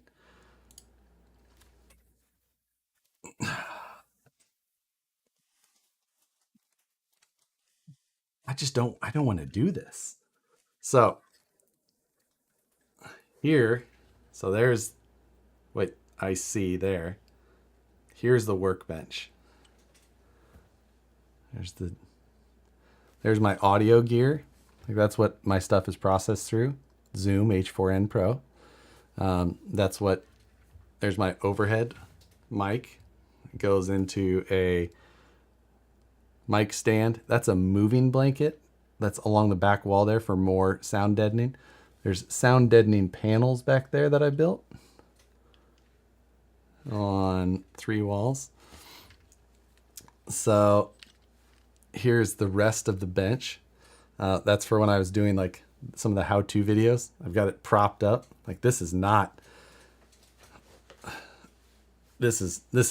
clean or fancy, but I've got this is an HDMI cable going out, so it goes to the monitor so I can see what I'm doing. The Traxxas shock carousels back there. There's my battery powered hot glue gun, which I kind of forgot was back there. I should grab that. Huh, cool. I should put that where I remember. There's some carbon fiber vinyl. Forgot that was there. Oh, I guess I have a little bit more slack here. Nothing. That was the cookie, or the, what do you call that? The ice cream sandwich from earlier, wrapper. Radios and charger, batteries, SCX24s. There's a sign that Nicole made me, and you can't see it, but it says, do what you love and you'll, and instead of it says, it says never work a day in your life, but then that's scratched out. Like, that's what that's scratched out. But then below it, it says, do what you love and you'll work super fucking hard all the time with no separation or boundaries, and also take everything extremely personally. So Nicole made that for me, and it was very nice. This is the stuff you see.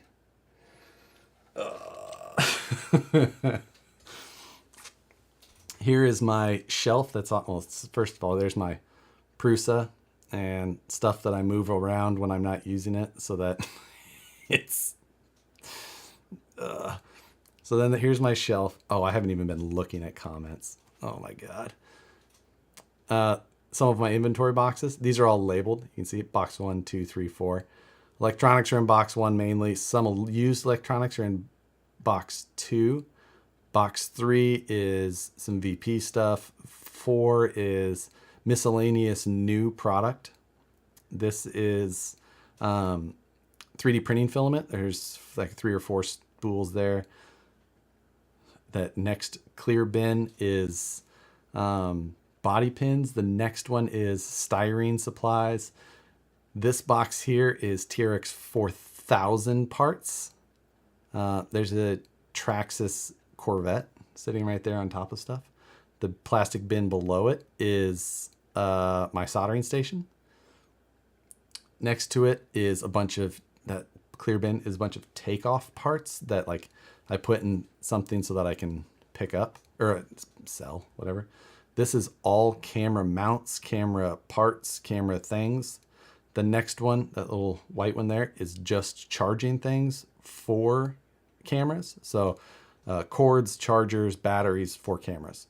Next to it, RC10 that we built here live. That is the body that Moose Jaw painted. I can't get this any further. Next to it, underneath of it, there's a VS410 Pro and a D12. And then styrene supplies. That's an old Class 1 4Runner project box. Class 2 VS410, that was for the Jeep. Class 3 Power Wagon underneath. The next ones, going from top to, or from bottom to top, shocks, Dremel parts, abrasives, organizing. And then the next row is all links. So less than 80 millimeter. Bearings are in between. So it's the second one. Up is longer than 120. Above it is 80 to 120. Next one is charging stuff, scale parts, wiring, and soldering. Some other new parts next to it. Down here are 3D printing parts in this first bin. Second bin is empty. And then below it, the first bin, these are tall, these ones here. Those are new tires. The next one is new foams. And the last one is tires and wheels, Vanquish tires and wheels. Here's where things get terrible. There's VS410 Phoenix in there. There's a UMG kit here. There's another kit below it that I don't know what it is, and I can't see it right now. I don't know what is on top there. Behind it is my my Mavic. That is like a cardboard cutter. That's a bunch of new parts for stuff. I don't know what's in that box. I don't know for sure. That's just the box from the F450. This is stuff that was just here because, like, we used it on stream. This is that truck we were looking at earlier, right? Class 2. And I just put another body on top of it. So down here, it's still bad. This is all the takeoff parts from the capra I just built.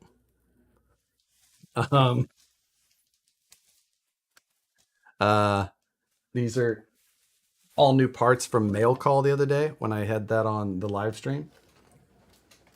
There's more Mail Call parts underneath of that.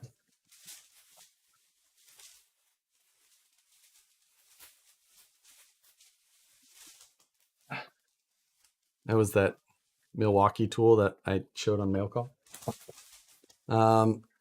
That's all SCX24 parts. Flex Seal. More new tires that I haven't put in inventory yet. Limitless. Brandon Wilson's Ripper. TRX 4000. EXO is here. Another Phoenix is back there.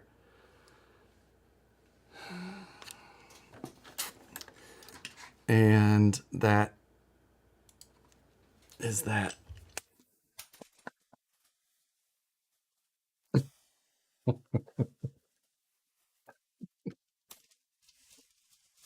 I'm sweating from doing that.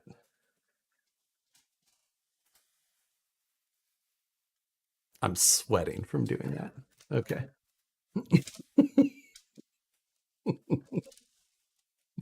That makes me feel terrible about myself. See, now I'm gonna have to clean, so I feel like less of a less awful. I did not read comments during that, so I mean the shelf is organized. Beyond that, now I can show you guys the garage, my office recently I redid, so that looks great. But could make so much money off all them parts. Oh, it's, I mean, the parts that are in the boxes is just like, is ridiculous. But I've got them all in an inventory app, and it tells me how much money I've got in all of that ridiculous stuff, which doesn't make it better. It just makes me go, what the fuck are you doing? I'm changing my profile pic to a screenshot of that.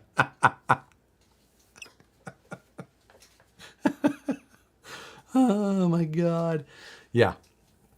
It was a good therapy session. You're right. Like, I'm not joking. I'm sweating and my heart was going a little bit of how bad I feel about how this place looks. It should not, it should not look like that.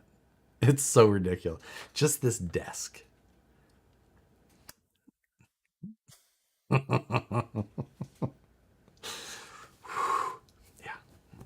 All right. Hope you all enjoyed that. Run an auction twice a year. That's the problem, is I don't want to sell it. I'm not a hoarder, but I like, this is good. Like, I can't sell this one. Now that Power Wagon is one that I do need to sell. I need to get finished and sold. That needs to go up, because that is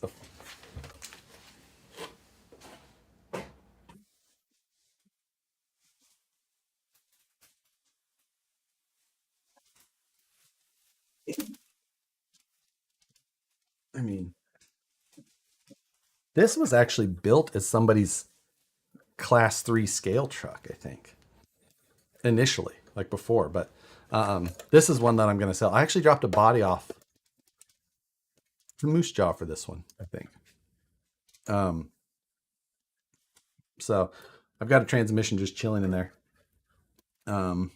But it's got rock chocks and it's a custom sweet chassis built by Distinctive PD out of Utah. I mean, this thing is slick.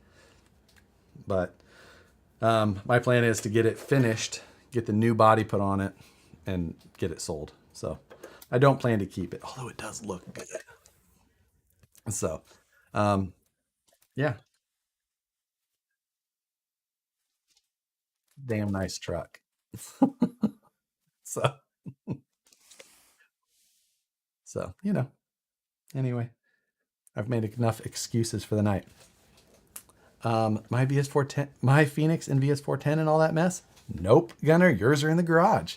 Your VS410 Pro is done. Did I not get that? That one is done, but here, the Phoenix, not done. So, but yeah. Yeah, glue gun. Well, it's not like I forgot it. I could have found it easily, but I just out of sight, out of mind. And the RCPC, that thing was in the garage. I saw that comment go by as I was going. My problems is I have 3 PCs in mid-build, 10 FPV quads, half built, and 4 truck cars. I know what you mean.